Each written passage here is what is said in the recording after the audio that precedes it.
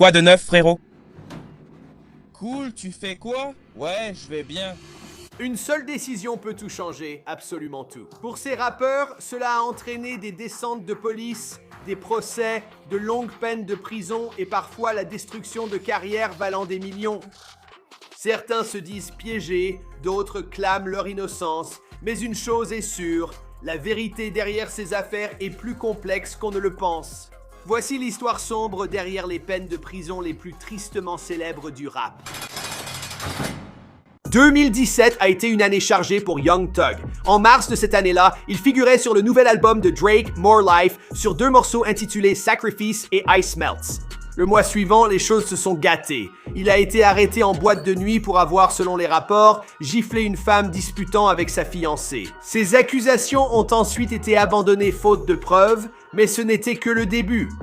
En avril 2017, la police a perquisitionné son domicile à Sandy Springs, Géorgie, entraînant son inculpation pour possession criminelle de cocaïne, de marijuana et 3 chefs de possession d'armes à feu. Les avocats de Thug ont affirmé que la perquisition policière était sans mandat, poussant le procureur à retirer toutes les accusations sauf celle de possession criminelle de marijuana. Il s'en sort bien, c'est le moins qu'on puisse dire. C'est aussi la preuve que Young Thug est entouré d'avocats depuis un bon moment. À la fin de cette année-là, en septembre, Thug s'est de nouveau retrouvé arrêté, cette fois à Brookhaven, en Géorgie, pour plusieurs chefs d'accusation de possession de drogue et de possession d'une arme à feu. En fait, notre gars, il était carrément une pharmacie ambulante.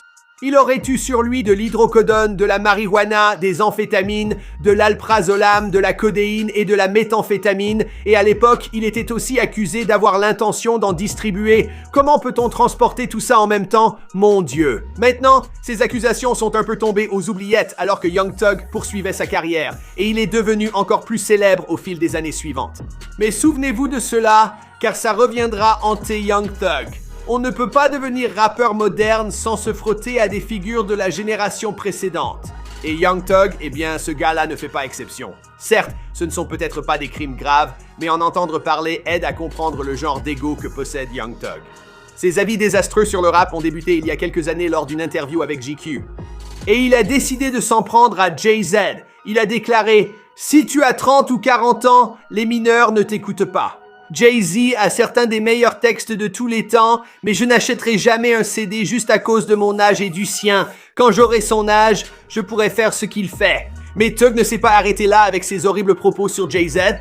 Plus récemment, il est apparu dans le podcast $1 Million Worth of Game et il a laissé entendre qu'il avait plus de hits que Ova. Quand je fais un concert, j'ai 30, 40 morceaux que tout le stade va connaître. Ils vont connaître même les 30 chansons. C'est très puissant. Peu de mecs peuvent en dire autant. Jay-Z n'a pas 30 chansons comme ça. Bien sûr, une fois que la réalité l'a rattrapé et qu'il a réfléchi à ce qu'il avait dit, eh bien, il est vite revenu sur ce commentaire. Par contre, il a été moins rapide à revenir sur ce qu'il avait dit à propos d'Andre 3000. Le style extravagant de Young Thug et son approche unique de la musique poussent souvent les gens à le comparer à l'ancien membre légendaire d'Outkast. Mais malgré leurs similitudes, ou peut-être à cause d'elles, eh bien, Thug semble avoir une aversion surprenante pour André. Lors d'une apparition sur le podcast de TI, il est même allé jusqu'à affirmer qu'il ne connaît pas la musique d'André. 203 000. Je n'ai jamais fait attention à lui. Jamais de ma vie. T'es fou, tu rates quelque chose. Il continue en disant que la différence entre Elton John et André, c'est qu'Elton John aime lécher les bottes, et André, lui, il aime qu'on lui lèche les bottes. C'est un peu étrange pour moi, mais ce n'est pas si surprenant qu'il sache tout sur Elton John. Je suis sûr qu'ils ont plus en commun qu'on ne le pense. C'est une déclaration controversée, mais sûrement pas la pire de Young Thug. Pour le prouver, il suffit de retrouver d'anciens tweets sur Twitter. En février 2020, Thug a pris la décision incompréhensible de s'en prendre à la fille de la légende de la NBA Dwayne Wade, Zaya, avec un tweet qu'il a dégenré intentionnellement. Début du mois, de nombreuses célébrités ont soutenu et félicité la fille de Gabrielle Union et Dwayne Wade après que Zaya a révélé sa transidentité. Mais Thug, lui, n'acceptait pas tout cet amour et ce soutien. Au lieu de cela, il a écrit un tweet qui disait « Tout ce que je veux dire au fils de Dwayne, c'est que Dieu ne fait pas d'erreur, mais bon, vis ta vraie vie. » Presque immédiatement après avoir appuyé sur publier, Thug a été bombardé de tweets l'accusant d'être transphobe. Quelques heures plus tard, il a supprimé le tweet, mais il restait difficile de comprendre pourquoi un homme ayant déjà déclaré ne pas croire au genre lors d'une pub Calvin Klein s'en prendrait ainsi à un jeune. Pour mémoire, pendant cette publicité, Tug a déclaré « Dans mon monde, tu peux être un gangster avec une robe ou un gangster avec un pantalon large. Je pense qu'il n'existe pas de genre. » Il a confirmé ses propos en apparaissant souvent en public avec des vêtements associés au genre féminin comme des robes, jupes et talons. Le public ne manquait pas de lui rappeler, tu sais, pour montrer son hypocrisie. Je me souviens quand on a découvert Young Thug pour la première fois, vers 2015, et il n'arrêtait pas d'appeler ses potes ses bébés. C'était fou. Bref, tout ce que j'ai dit jusque-là, Young Thug l'a plus ou moins provoqué lui-même. La suite n'est pas de son fait, et c'est bien plus tragique. Maintenant, Thug, il a eu beaucoup d'enfants. En fait, il a 6 enfants avec 4 femmes différentes, d'après le dernier décompte. Plus tôt cette année, la mère de son premier enfant est morte dans une fusillade tragique à Atlanta, dans un bowling. Certains pensent que la fusillade et la mort de Laquavia Jackson, âgée de 31 ans, ne sont que le début d'une vague de violence. La victime avait un fils avec le célèbre rappeur Young Thug. D'après les autorités, Laquavia Jackson a été abattue après qu'une dispute a éclaté. Tout cela à cause d'une boule de bowling. Les rapports indiquent que Jackson était là pour fêter l'anniversaire de son ami.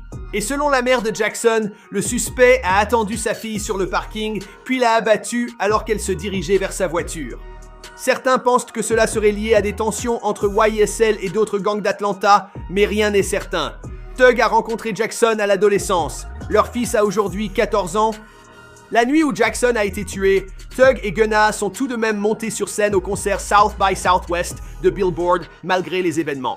Une décision plutôt insensible, tout bien considéré, mais je vais lui accorder le bénéfice du doute et supposer qu'il n'avait pas encore été informé de ce qui s'était passé. Il n'aura pas la même excuse pour ce qui va suivre.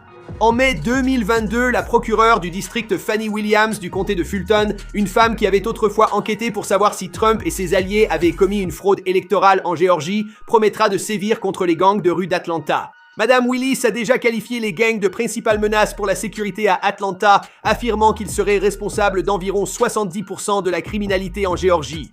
À présent, Young Thug et son collectif YSL, eh bien, ils sont clairement dans sa ligne de mire.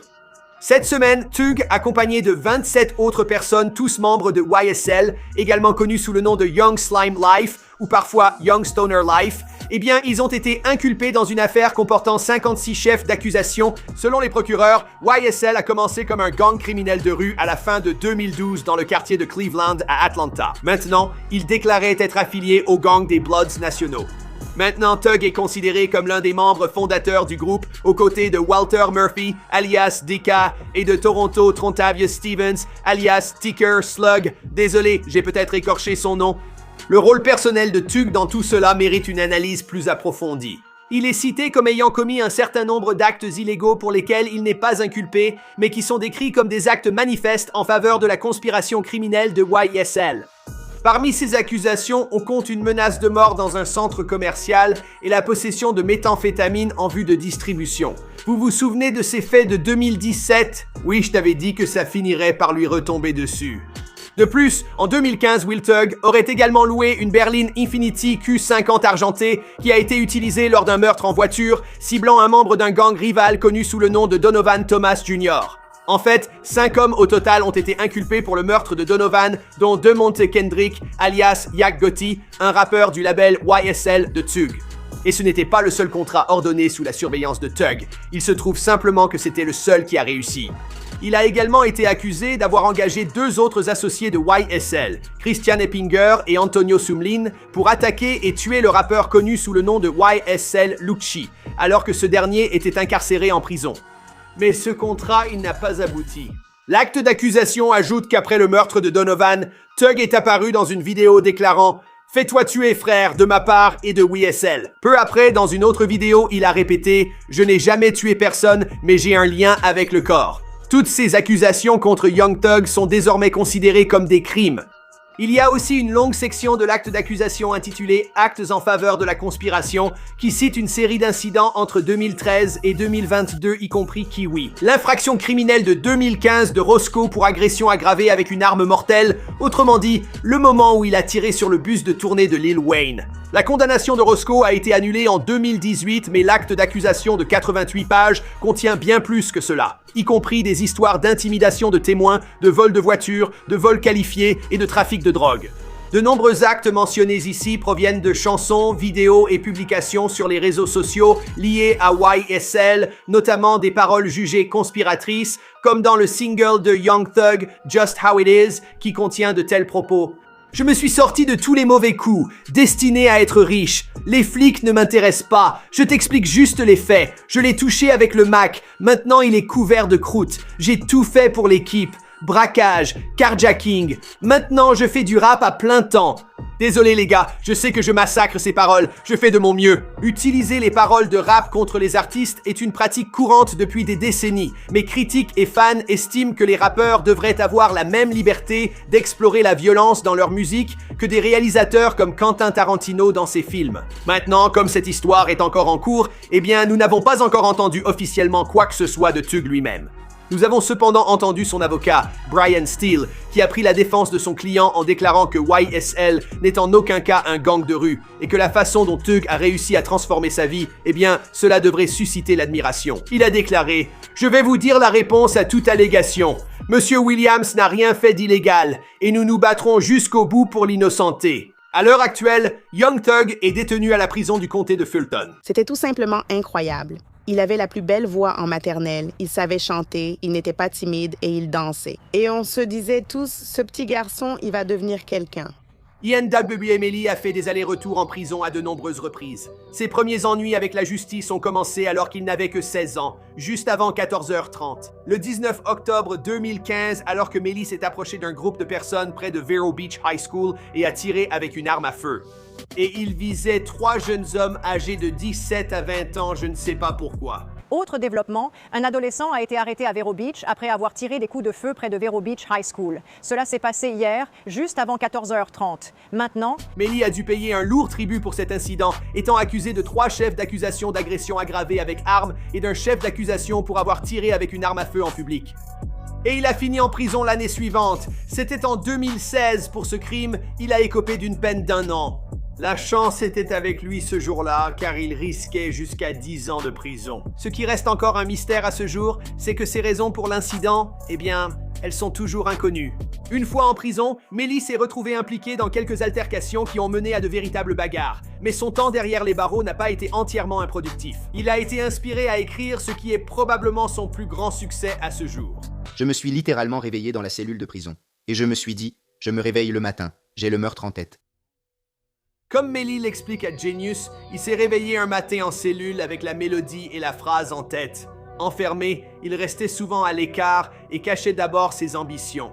Mais après avoir été inspiré pour écrire Murder on My Mind, il s'est ouvert davantage à l'idée de recevoir des retours de la part de certains détenus avec qui il se rapprochait.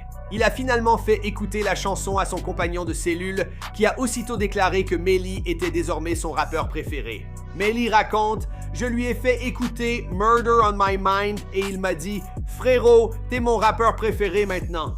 Le 4 mars 2017, après beaucoup d'attentes, sa chanson Murder on My Mind a été officiellement mise en ligne sur SoundCloud, puis l'audio a ensuite été publié sur sa chaîne YouTube. Et là, il chante. Il m'a attrapé la main et m'a dit qu'il avait peur de mourir. Je lui ai dit que c'était trop tard, mon ami. Il est temps de dire au revoir. Et il est mort dans mes bras, du sang partout sur ma chemise. Avec le recul, ces paroles sont évidemment troublantes car elles décrivent en détail un meurtre imaginaire. Mais à l'époque, eh bien, les fans n'y ont pas prêté attention. Et YNW Melly, lui, est devenu une star du jour au lendemain. Mais durant sa carrière de rappeur en pleine ascension, une succession de problèmes judiciaires l'a poursuivi jusqu'à sa récente arrestation. Le 15 avril 2017, il a publié un message sur Facebook annonçant qu'il était en détention à domicile. Et peu de temps après, le 1er mai qui coïncidait avec son 18e anniversaire, eh bien, il a écrit « Je présente mes excuses à tous mes fans. Je serai enfermé 6 mois dans un programme de niveau 6 à cause de la musique négative. Sachez que je l'ai fait pour vous et je reviendrai bientôt. » À l'époque, on ne savait pas pourquoi il était enfermé, mais il a ensuite expliqué en interview qu'ils avaient utilisé « Murder on My Mind » pour le poursuivre pour des délits mineurs. Il a dit « J'ai sûrement été en prison 6 ou 7 fois à cette époque, juste pour des petites conneries. Murder on my mind. » La première chanson qui t'a rendu célèbre, c'était Murder on My Mind. Oui, j'ai vu que tu avais eu des problèmes à cause de ça, donc tu as dû la renommer Mischief, non? Oui, je suis allé en prison pour ça.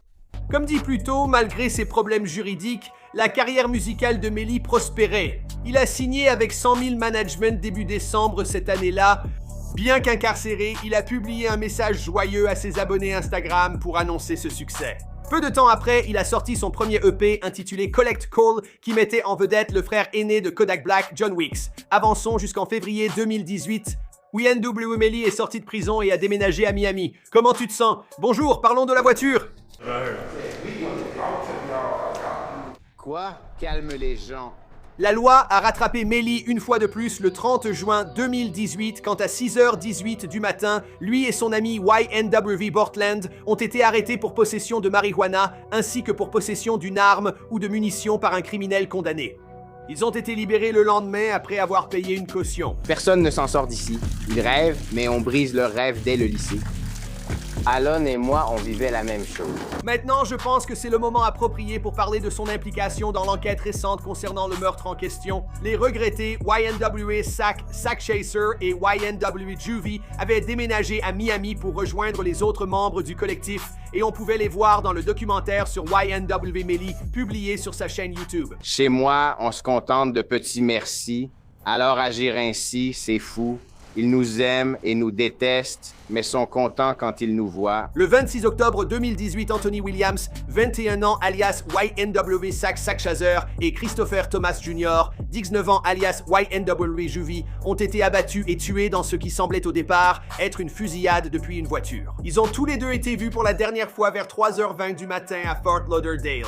Une Jeep Compass est arrivée à l'hôpital Memorial, à Miramar, vers 4h35 du matin avec une vitre arrière manquante. La Jeep avait Borland au volant, transportant ses amis qui avaient reçu plusieurs blessures par balle. Les victimes ont été touchées à la tête, au torse et dans le dos. C'est la période de l'histoire qui correspond au gros titre sur les hommes circulant avec des cadavres. Cortland Henry a déclaré à la police que les trois venaient de terminer au studio et qu'après être sortis de l'autoroute, une voiture s'est approchée de son côté conducteur et a ouvert le feu. YNW Melly n'était pas à l'hôpital tôt le matin et les deux victimes, malheureusement, ont été déclarées mortes à leur arrivée. Melly a annoncé la tragédie sur Instagram, où il a écrit « Ils m'ont arraché mes frères par jalousie. Je sais que vous veillez sur moi. Maintenant, nous avons un peu de contexte. YNW Melly faisait partie d'un collectif avec ses amis de longue date, ceux avec qui il a grandi, et ils étaient son soutien aussi bien en studio d'enregistrement que dans la rue. C'était toute ma journée, non? En entrant en maternelle, je l'ai vu, il a souri et dansé. Ça m'a rendu heureux. Maintenant, j'ai envie d'être ici. YNW Melly et Juve ont grandi ensemble à Gifford, en Floride, et ils sont devenus proches en allant à l'école ensemble, en faisant des bêtises, et à un moment donné, ils ont même incendié une forêt derrière sa maison. Quant à Sack Chaser, eh bien Melly est allé jusqu'à se faire tatouer son ami défunt directement sur son visage. En fait, Melly a un tatouage des noms de Sack Chaser et de Juve, respectivement sur son front et sur son cou.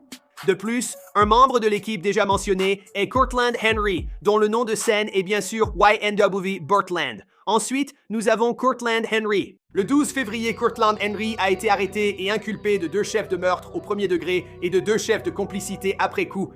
Le lendemain, Melly a annoncé sur les réseaux sociaux qu'il se rendrait aux autorités. Dans une publication, il a écrit « À tous mes fans et soutiens, non, je n'ai pas été arrêté à Washington, mais je vais me rendre aujourd'hui. Je tiens à ce que vous sachiez que je vous aime et vous apprécie tous. Il y a quelques mois, j'ai perdu mes 2 frères à cause de la violence et désormais le système veut rendre justice. Malheureusement, beaucoup de rumeurs et de mensonges circulent, mais ne vous inquiétez pas, Dieu est avec moi et mon frère, YNW Bortland, et nous voulons que vous vous rappeliez que c'est une famille YNW. Je vous aime, YNW Sack Chaser et YNW Juvie.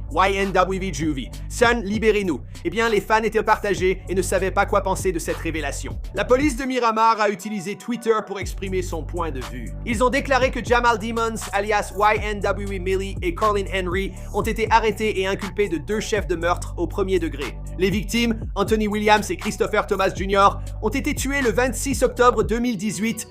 L'enquête, appuyée par des preuves médico-légales, a conclu que Demons a tiré et tué Williams et Thomas Jr. et que Demons et Henry ont mis en scène le lieu du crime pour faire croire à une fusillade en voiture. Le 25 février 2019, des documents judiciaires ont révélé que la police possédait des relevés téléphoniques prouvant la présence de Melly sur les lieux du crime. Les documents mentionnent aussi les rapports d'autopsie et la scène de crime, suggérant que Melly aurait tiré sur ses amis depuis la voiture. et que les 8 impacts de balles provenant du côté droit du véhicule ont ensuite été créés afin d'induire les forces de l'ordre en erreur. Des images de vidéosurveillance montraient les 4 amis quittant ensemble un studio d'enregistrement et montant dans le même véhicule. Melly s'est installée à l'arrière, à gauche. D'après la police, après que les victimes ont été abattues, Melly et Borland ont roulé un moment avec les corps sans vie. Avant que Melly ne quitte le véhicule pour en rejoindre un autre, Borland les conduit à l'hôpital. La police a également révélé qu'une douille de calibre 40 a été retrouvée dans un sac blanc sur le plancher, à l'endroit où Melly était assis, ce qui contredit les affirmations du rappeur, selon lesquelles il s'agissait d'une fusillade en voiture. Pour rendre les choses encore plus suspectes, une conversation Snapchat a émergé entre Melly et sa petite amie seulement 2 semaines après les meurtres. L'un des messages de Melly, dans lequel il fait référence à Borland, disait « Ce gars m'a sauvé la vie. Il vient partout avec moi à cause de ces flics. Viens le chercher, c'est ma faute. Tu as oublié. Je me lasse de moi-même parce qu'au bout du compte, il a fait l'une des choses les plus vraies de ma vie. À ce stade, et tant qu'il n'y a pas de véritable procès, eh bien, il est difficile d'affirmer avec des preuves concrètes ce qui s'est réellement passé cette nuit-là. Mais il y a aussi eu des comportements douteux de la part du rappeur, en particulier une interview avec Genius où il explique les paroles de Murder on My Mind. Un extrait de cette vidéo est devenu viral, poussant beaucoup à douter de l'innocence du rappeur. Dans l'extrait, le rappeur bégaye lorsqu'il essaie de dire « Je ne suis pas un meurtrier humain », mais à la place, eh bien voici ce qui est sorti. Et j'ai tué un beat. Je ne suis pas un meurtrier humain. Melly est désormais suspect dans une autre affaire de meurtre, la fusillade de 2017 du shérif adjoint Gary Chambers à Gifford, en Floride. Une source anonyme indique que Melly et Borland étaient dans un groupe quand quelqu'un a jeté une bouteille sur une voiture, poussant le conducteur à tirer. Maintenant, apparemment, l'un des rappeurs a riposté contre Chambers, qui n'était pas impliqué dans l'altercation, mais a été touché et tué par une balle perdue. Et cela s'est produit à 170 yards de distance. Au final, ce ne sont pas le genre d'histoire que j'aime rapporter. Ces jeunes avaient tout devant eux. Ils avaient la célébrité, ils avaient la fortune, ils avaient la reconnaissance, et ils faisaient tout cela avec leurs amis d'enfance. Je veux dire, qu'est-ce qu'on pourrait demander de plus? Maintenant, j'espère que tout cela n'est qu'un énorme malentendu, mais je suppose qu'il va falloir attendre de voir. Maintenant, vous pouvez certainement ajouter le nom de Megan Thee Stallion à la longue liste de stars du hip-hop et de célébrités dont d'anciens tweets leur sont revenus en pleine figure. Eh bien, ça lui est arrivé juste au moment où elle était sur le point d'exploser, en 2018, peu de temps après la sortie de son EP Make It Hot. Eh bien, les internautes ont commencé à fouiller dans le passé de cette star sur Internet, et ils ont découvert des tweets troublants datant de 2011 à 2012, dans lesquels Megan s'en prenait à quelqu'un qui avait fait. Elle était furieuse à cause de l'utilisation d'insultes homophobes. Maintenant, ces tweets auraient été écrits à l'époque où Megan avait 17 ans et elle a dû s'excuser pour eux non pas une, mais 2 fois. La première fois, c'était à l'été 2018 quand Megan montra qu'elle avait mûri rapidement et ne jugeait plus selon la couleur ou l'orientation sexuelle. Environ 1 an plus tard, après que son nom ait gagné en notoriété grâce à l'EP Tina Snow, les tweets ont refait surface. Cette fois, les enjeux étaient plus importants. Megan, elle était moins sereine face à tout ce qui était exposé et a dit aux utilisateurs de Twitter qu'ils étaient malades de ressortir ses tweets. Elle a affirmé n'avoir eu aucune mauvaise intention en publiant ses textes, écrits alors qu'elle était lycéenne. Ses derniers mots sur le sujet ont été de demander à tous sur Twitter d'arrêter de ressortir ses anciens tweets. Assez étonnamment, cela a semblé fonctionner. Si Megan Thee Stallion sait vraiment contrôler les utilisateurs de Twitter, ce serait sûrement son talent le plus impressionnant. Twitter, c'est un autre niveau. Je ne l'utilise même pas. Vous pourriez vous demander pourquoi quelqu'un visitant le paradis des Maldives voudrait aller sur l'île poubelle. Je ne pourrais pas évoquer les plus grandes controverses de Megan sans citer WAP, n'est-ce pas? Maintenant, cette collaboration très explicite avec Cardi B a choqué presque tout le monde lorsqu'elle est sortie à l'été 2020. Il s'avère qu'une grande partie du monde n'était tout simplement pas prête pour une chanson entièrement dédiée aux jeux de chambre, vue du point de vue féminin. Comme vous vous en doutez, la majorité des personnes scandalisées étaient en grande partie des républicains craignant Dieu, furieux face à la sexualité flagrante et à la nudité provocante du clip vidéo. Et bien sûr, ils se sont rués sur les réseaux sociaux pour exiger que la chanson soit interdite. Pour ceux qui se posent la question, qu'est-ce qui est sûr? Où puis-je emmener mes enfants? Comment puis-je montrer? Que dois-je montrer à mes enfants? C'est bien, c'est noble, c'est pur, c'est édifiant, c'est digne, donc je suis stupide. Oui, mais les choses sont devenues encore plus étranges quand même Snoop Dogg a critiqué le morceau. Lors d'une interview avec Central Avenue, Snoop a donné son avis sur ce que Cardi et Meghan avaient fait. Il a déclaré « Ça devrait être la fierté et la possession d'une femme. C'est ton joyau du Nil. C'est ce à quoi tu devrais tenir. C'est une possession dont on ne devrait entendre parler qu'en la découvrant. » Vu la réaction en ligne, il n'est pas étonnant que Meghan ait dû défendre sa chanson plusieurs fois. Par exemple, lors d'une interview avec GQ en 2020, elle a expliqué que la force de la chanson vient du fait que les femmes prennent enfin possession de leur propre corps. Elle leur a dit « Certaines personnes ne savent tout simplement pas quoi faire lorsqu'une femme prend le contrôle et s'approprie son propre corps. Pendant longtemps, les hommes pensaient que la sexualité leur appartenait, mais maintenant les femmes disent « C'est à moi, je veux du plaisir, voilà comment je le veux ou non. » Eh bien, peu importe à quel point Meghan n'avait peut-être pas envie de gérer la réception de WAP, cela n'a quand même pas empêché plus de gens de se plaindre. Après qu'elle et Cardi B soient montées sur scène pour interpréter le single lors des Grammy Awards 2021, la FCC a reçu plus de 1000 plaintes en réaction. Mais même si WAP est devenu une énorme controverse pour Meghan, il est tout de même très difficile de prétendre que cela a eu pour conséquence autre chose qu'un succès triomphal. Je veux dire, le morceau est devenu sextuple disque de platine, ce qui est plutôt ironique, mais quand même, tant mieux pour elle. Mais la seule controverse dans la carrière de Meghan qui n'a vraiment pas de bon côté, c'est ce qui s'est passé entre elle et Tory Lanez. J'ai lu quelque part qu'il aurait dit « danse ». Franchement, faut pas exagérer.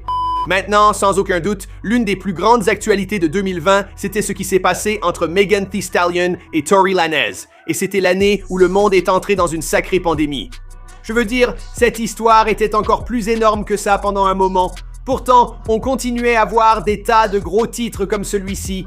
Bref, tout s'est passé le 12 juillet après une nuit à faire la fête en défiant le Covid.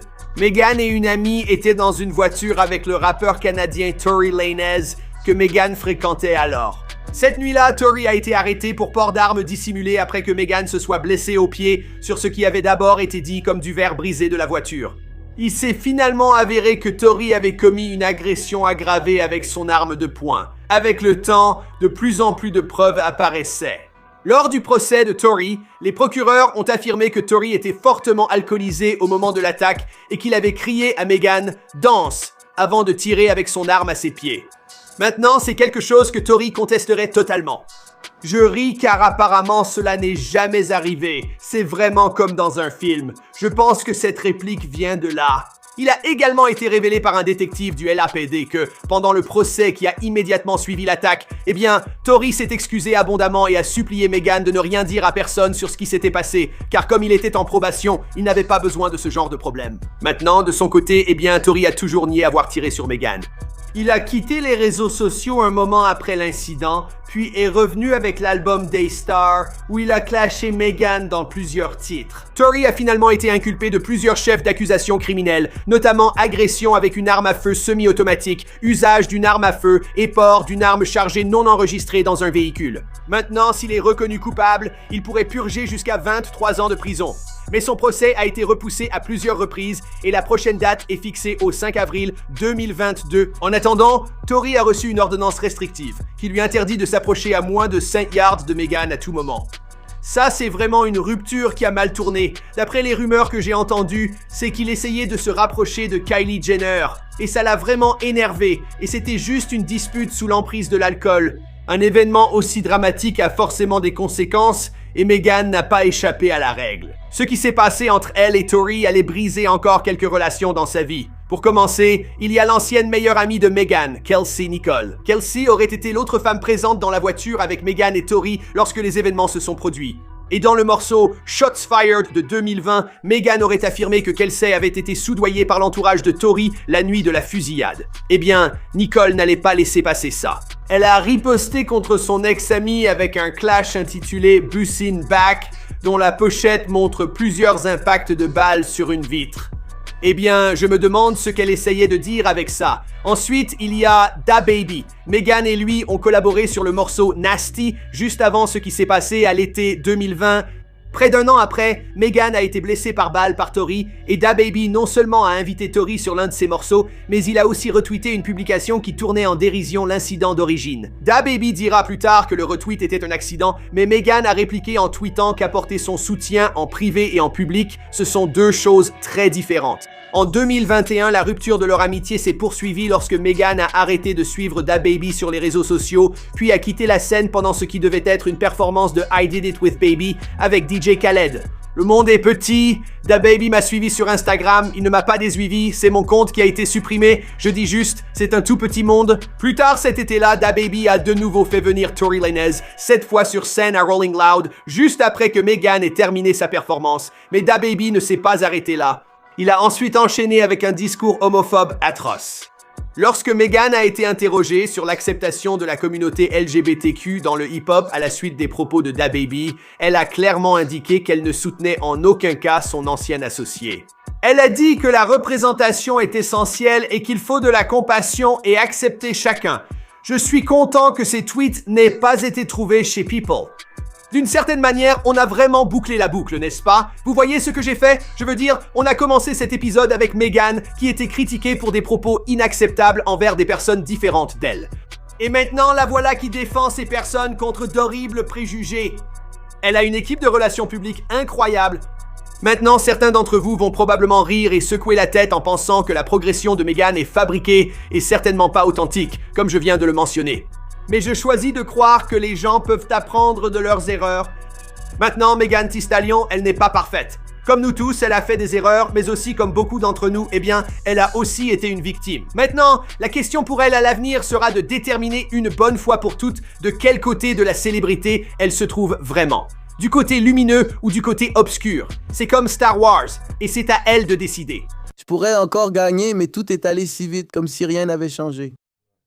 C'est fou à voir. Après avoir été salué comme l'un des MC les plus prometteurs et potentiellement les meilleurs de Memphis depuis très longtemps, eh bien, le rappeur Pusha T s'est retrouvé à devoir passer les 5 prochaines années de sa vie derrière les barreaux après avoir été impliqué dans une série de confrontations violentes. Mais avant cela, eh bien, Pusha T, il est né Lontrell Williams le 8 novembre 1999 à South Memphis, Tennessee. Maintenant, en tant que fils de l'ancien rappeur Mobb Deep, fondateur de Mobb Deep Records et une figure très imposante de l'industrie locale, eh bien, Shiesty a grandi en se sentant destiné à devenir aussi célèbre que son cher vieux père. Pendant sa jeunesse, le père de Shiesty lui donnait des conseils sur tout, des problèmes personnels aux affaires. Et bien sûr, il a aussi appris à son fils à apprécier le meilleur que la musique rap avait à offrir. De son côté, la mère de Lil Shiesty a offert à son fils un élément clé, le nom sous lequel il serait reconnu. En fait, Lil Shiesty a commencé à l'appeler Pooh alors qu'il était encore dans son ventre. Oh, mon nom étant Pooh, c'est comme ça que ça s'est fait.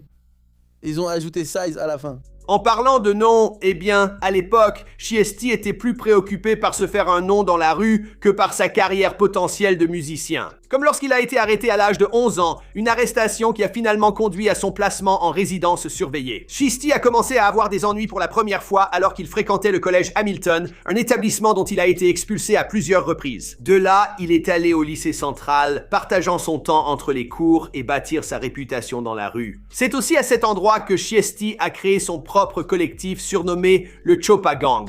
C'était un groupe où ils s'entraînaient à faire du freestyle ensemble pendant l'heure du déjeuner. Et même s'ils se considéraient comme des rappeurs, eh bien, une fois dans la rue, ils faisaient à peu près tout sauf du rap. C'est à cette période que la vie de Shiesty a pris un léger détour lorsque sa mère l'a emmené du Tennessee au Texas, espérant offrir à son fils un nouveau départ, mais ça ne s'est pas vraiment passé comme prévu. Une fois installé au Texas, Shiesty s'est simplement remis à avoir les mêmes ennuis qu'à Memphis. Donc, au final, ils ne sont pas restés là-bas très longtemps. Un peu plus d'1 an plus tard, ils sont tous les deux rentrés chez eux et ensuite, Shiesty a suivi des cours d'été et quelques cours en ligne pour pouvoir terminer ses études secondaires. Après plusieurs départs et retours, Shiesty s'est résolu à donner un sens à sa vie au lieu de traîner dans la rue. À l'âge de 18 ans, il a enfin commencé à produire de la musique. En revenant à Memphis, Pooh Shiesty a retrouvé le gang Choppa et il s'est mis au travail pour enregistrer. La plupart de ses premiers morceaux ont été mis en ligne et des singles underground comme Weak as Beach ainsi que Breaking News ont attiré l'attention de certains grands noms de l'industrie quand il les a sortis en 2018. Les premiers morceaux ont préparé le terrain, mais les suivants ont lancé sa carrière. Comme Hell Night, Choppa Talk et Shiesty Summer, qui ont tous permis à son public de grandir jusqu'à ce qu'il finisse par produire son titre décisif en 2020, un petit morceau appelé Men Slime. Ce morceau est rapidement devenu viral, et mieux encore, il a été écouté par nul autre que Gucci Mane. Peu de temps après avoir entendu la chanson, Gucci a glissé dans les messages privés de Shiesty, et il a entamé le début d'une amitié ainsi qu'une relation professionnelle saine en signant Shiesty sur son label 1017 Records. Associé à l'un des plus grands rappeurs, la réputation de Shiesty s'est fortement amplifiée. Maintenant, quand il sortait de nouveaux morceaux comme Monday to Sunday, ainsi que le remix de Main Slime, eh bien, ces titres ont atteint des chiffres que ce jeune gars de Memphis n'avait jamais vus auparavant. Puis, après des mois de réglages minutieux et d'attente, Lil Shiesty a finalement sorti son premier album studio, Shiesty Season, en février 2021. Presque immédiatement après sa sortie, l'album de Lil Shiesty s'est hissé en tête des classements hip-hop et Billboard 200 arrivant respectivement à la 2e et à la 3e place. Mais au final, Lil Shiesty n'aura eu que quelques mois pour vraiment profiter du niveau qu'il avait atteint dans sa carrière, car plus tard cet été-là, eh bien, il s'est retrouvé en prison et dans de sérieux ennuis. En juin 2021, Lil Shiesty a été inculpé de 4 chefs d'accusation liés à une attaque survenue en octobre 2020 dans un hôtel de Bay Harbor Islands en Floride. Les procureurs fédéraux ont soutenu que Shiesty et 2 autres associés s'étaient rendus à l'hôtel ce jour-là pour acheter de la marijuana et des baskets coûteuses à 2 autres hommes. À ce moment-là, Shiesty conduisait une McLaren verte tandis qu'un de ses amis était au volant d'une Mercedes Maybach noire. En fait, Shiesty avait loué la McLaren à l'un des hommes qu'il devait rencontrer à l'hôtel et il espérait négocier une prolongation de sa location dans le cadre de la transaction. Les choses ne se sont pas passées comme prévu. Au cours de la transaction, Shiesty et l'un de ses associés auraient utilisé des armes et ouvert le feu sur les 2 victimes, dont l'une a été touchée à la hanche et l'autre à l'arrière. Les 2 victimes sont allées dans une clinique d'urgence avant d'être transférées à l'hôpital où elles ont récupéré. Pendant ce temps, Shiesty et ses potes sont partis en voiture, emportant les chaussures et la bœuf sans rien payer. À partir de là, les autorités ont reconstitué ce qui s'était passé en utilisant les images de vidéosurveillance ainsi que les réseaux sociaux. Il y avait aussi un sac Louis Vuitton que Shiesty avait accidentellement laissé sur les lieux, contenant plus de 40 000 $.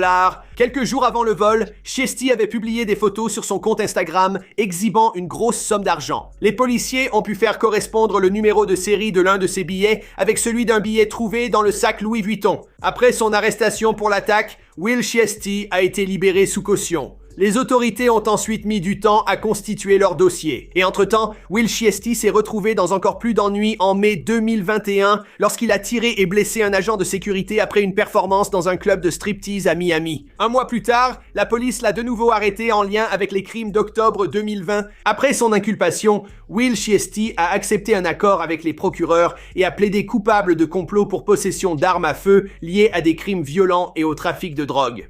En contrepartie, 3 autres chefs d'accusation contre le rappeur ont été abandonnés, dont un l'accusant d'avoir tiré avec l'arme, ce qui aurait entraîné une peine de prison bien plus longue s'il avait été reconnu coupable. Mais même avec la majorité des chefs d'accusation abandonnés, Shiesty risquait toujours jusqu'à 97 mois de prison, une peine recommandée par les procureurs. Finalement, en août 2022, Shiesty a été condamné à 63 mois de prison. Quelques semaines plus tard, il a publié sa première photo depuis son incarcération avec des lunettes dorées et une barbe fournie. Il a également laissé quelques mots laissant entendre que la prison, eh bien, ça ne se passe pas vraiment bien pour lui. Il a écrit « La police ne cesse pas de surveiller parce que tu es en prison, et tu peux aller en prison même à l'intérieur. Réfléchissez à ça, vous avec vos petites têtes. Ils attendront ma mort avant d'écouter ce que je dis. » Maintenant, après avoir vu le post de Shiesty sur les réseaux sociaux, son mentor Gucci Mane s'est exprimé en ligne pour faire savoir à tout le monde qu'il pense que Shiesty est maltraité. Gucci a demandé à la vice-présidente Kamala Harris et le président Joe Biden d'enquêter sur les accusations de mauvais traitement en prison envers son ex-protégé. Une grande partie des accusations de Gucci provient du fait que Shiesty, eh bien, il a été transféré à l'USP Pollock dans la paroisse de Grant en Louisiane, une prison située à environ 2400 km de la ville natale de Shiesty. ce qui signifie qu'il est extrêmement difficile pour lui de recevoir des visites de ses amis et de sa famille.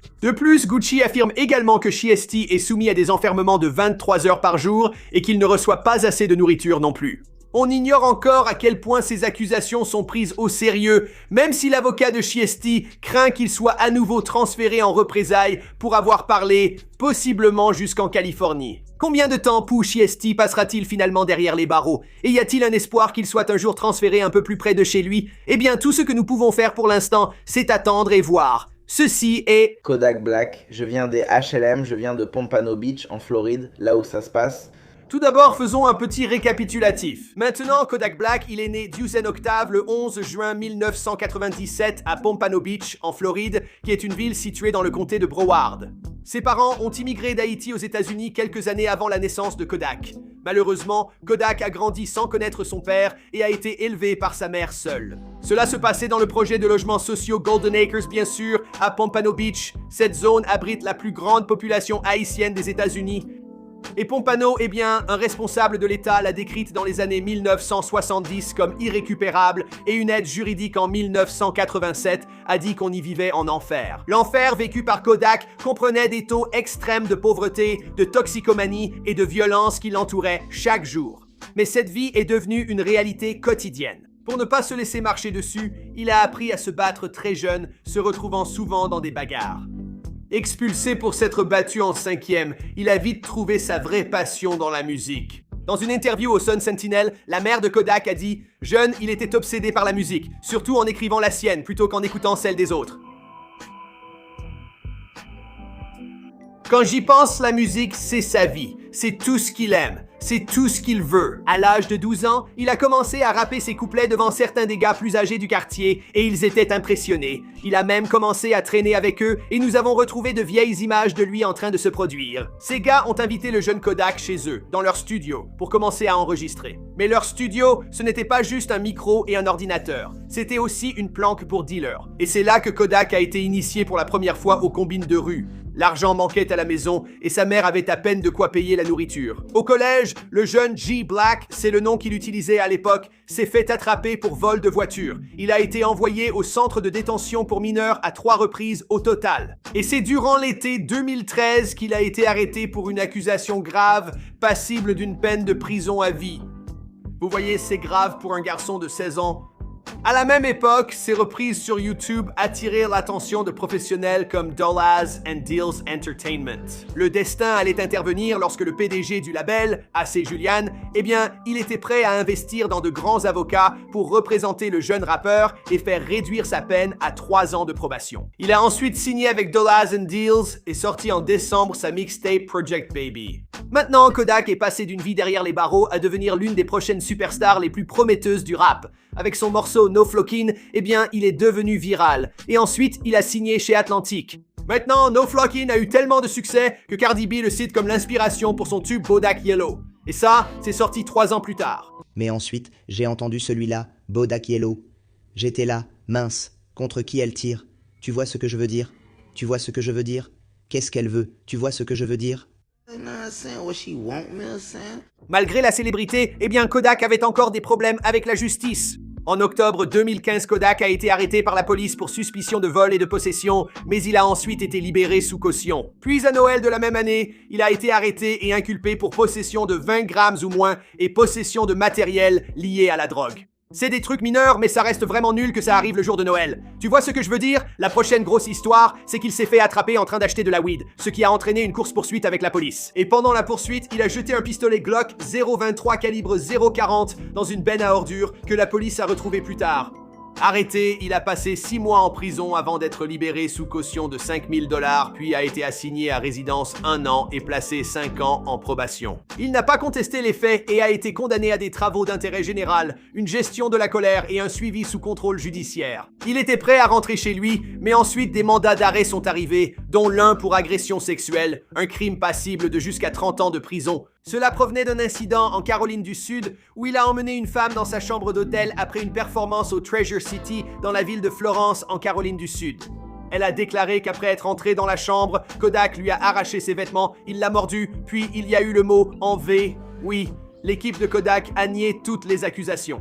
Finalement, un an plus tard, il a été libéré en décembre 2016 après avoir payé une caution de $100 000, soit $100 000. Kodak a évité les ennuis pendant un an avant d'être impliqué dans une altercation présumée avec un barman dans un club de striptease. J'ignore les détails des accusations, mais le tribunal a jugé qu'il avait violé sa probation et l'a condamné à 364 jours de prison en plus. Heureusement, il a été libéré après 97 jours et pendant son séjour en prison, eh bien, Kodak semblait vraiment essayer de changer sa vie. Pendant qu'il préparait son GED, il a légalement changé son nom en Bill K. Capri et tweeté sur l'écriture d'un livre. En 2017, il a repris le travail, mais une nouvelle accusation d'inconduite sexuelle de 2016 impliquant une adolescente a rapidement refait surface. Cela lui retomberait dessus. À cette époque, il a aussi appris qu'il allait être père. Je n'ai pas dit un bon père. On va en discuter. Je suis certain que c'est un super père, mais la police ne le voit pas ainsi. En 2018, d'autres accusations ont été portées, dont vol d'une arme à feu, 2 chefs de possession d'armes ou de munitions par un délinquant de Floride, possession de plus de 20 grammes de cannabis, négligence envers un enfant sans préjudice grave et 2 chefs de violation de la liberté conditionnelle. Alerté par ses publications sur Instagram Live, la police a perquisitionné son domicile. Sur place, ils ont trouvé des armes, de la drogue et un enfant. Un mélange dangereux. Il a ensuite écopé d'1 an supplémentaire et purgé 7 mois. À sa sortie, sa probation a pris fin. Les choses semblaient enfin s'améliorer pour Kodak Black. Du moins, jusqu'à ce qu'il essaye de venir nous rendre visite ici, au Canada. Oui, lui et 3 autres hommes ont été arrêtés par les douaniers américains alors qu'ils tentaient de passer au Canada depuis New York. Il a été trouvé en possession d'un pistolet Glock 9 MMA et de la marijuana. Et à partir de là, eh bien, il a été emmené à la prison du comté de Niagara. Ensuite, il a payé entre 20 000 et 40 000 $ de caution. Et puis, eh bien, il est sorti de prison en se couvrant le visage avec une vingtaine de liasses de billets. Voilà, c'est juste là. Cody, c'est bien Kodak? C'est vrai? Tu avais de la marijuana et des armes dans la voiture hier soir. Moins d'1 mois après, il a été arrêté à Miami pour possession d'armes. Juste avant son entrée sur scène au Rolling Loud, les marshals américains intervenaient dans le cadre d'infractions aux lois de l'État et aux lois fédérales sur les armes à feu. Oula! La caution a été fixée à un $250 000 et il risquait jusqu'à 10 ans de prison. Finalement, il a écopé de 46 mois ou 3 ans. Donc, oula! Je suis sûr qu'il sortira un peu plus tôt, mais ça a vraiment été difficile. Je pense que c'est la dernière fois que Kodak Black va faire une erreur. Je l'espère vraiment. Je pense qu'il va en tirer une leçon. Et vous? Donnez votre avis en commentaire. C'est un artiste incroyable. J'ai entendu qu'il tweet toujours depuis la prison, donc on a encore de ses nouvelles. Lil Durk était en tournée, prêt pour sa prochaine performance, quand il a appris l'existence d'un mandat d'arrêt contre lui. Selon TMZ, le 30 mai, la police d'Atlanta avait un mandat d'arrêt contre Durk et voulait l'arrêter pour 5 chefs d'accusation criminelles, dont tentative de meurtre, agression aggravée, possession d'armes à feu lors d'un crime, possession d'armes par un criminel condamné et association avec un gang de rue pour commettre un crime. Lorsque Durk a appris la nouvelle, il a immédiatement annulé ses prochains concerts et a décidé de se rendre aux autorités. Maintenant, Durk s'est rendu aux autorités de Géorgie le 30 mai vers 21h heure locale, selon certaines informations.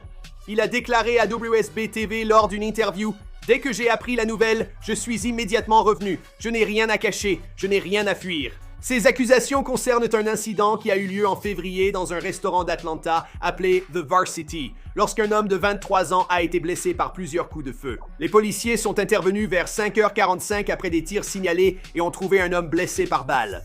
13 douilles provenant d'un fusil ont été retrouvées et un pistolet de 9 mm a également été récupéré. Maintenant, la police indique qu'on pense qu'au total, 18 coups de feu ont été tirés. Des témoins évoquent une dispute avant la fusillade et la vidéosurveillance montre un SUV sombre quittant les lieux.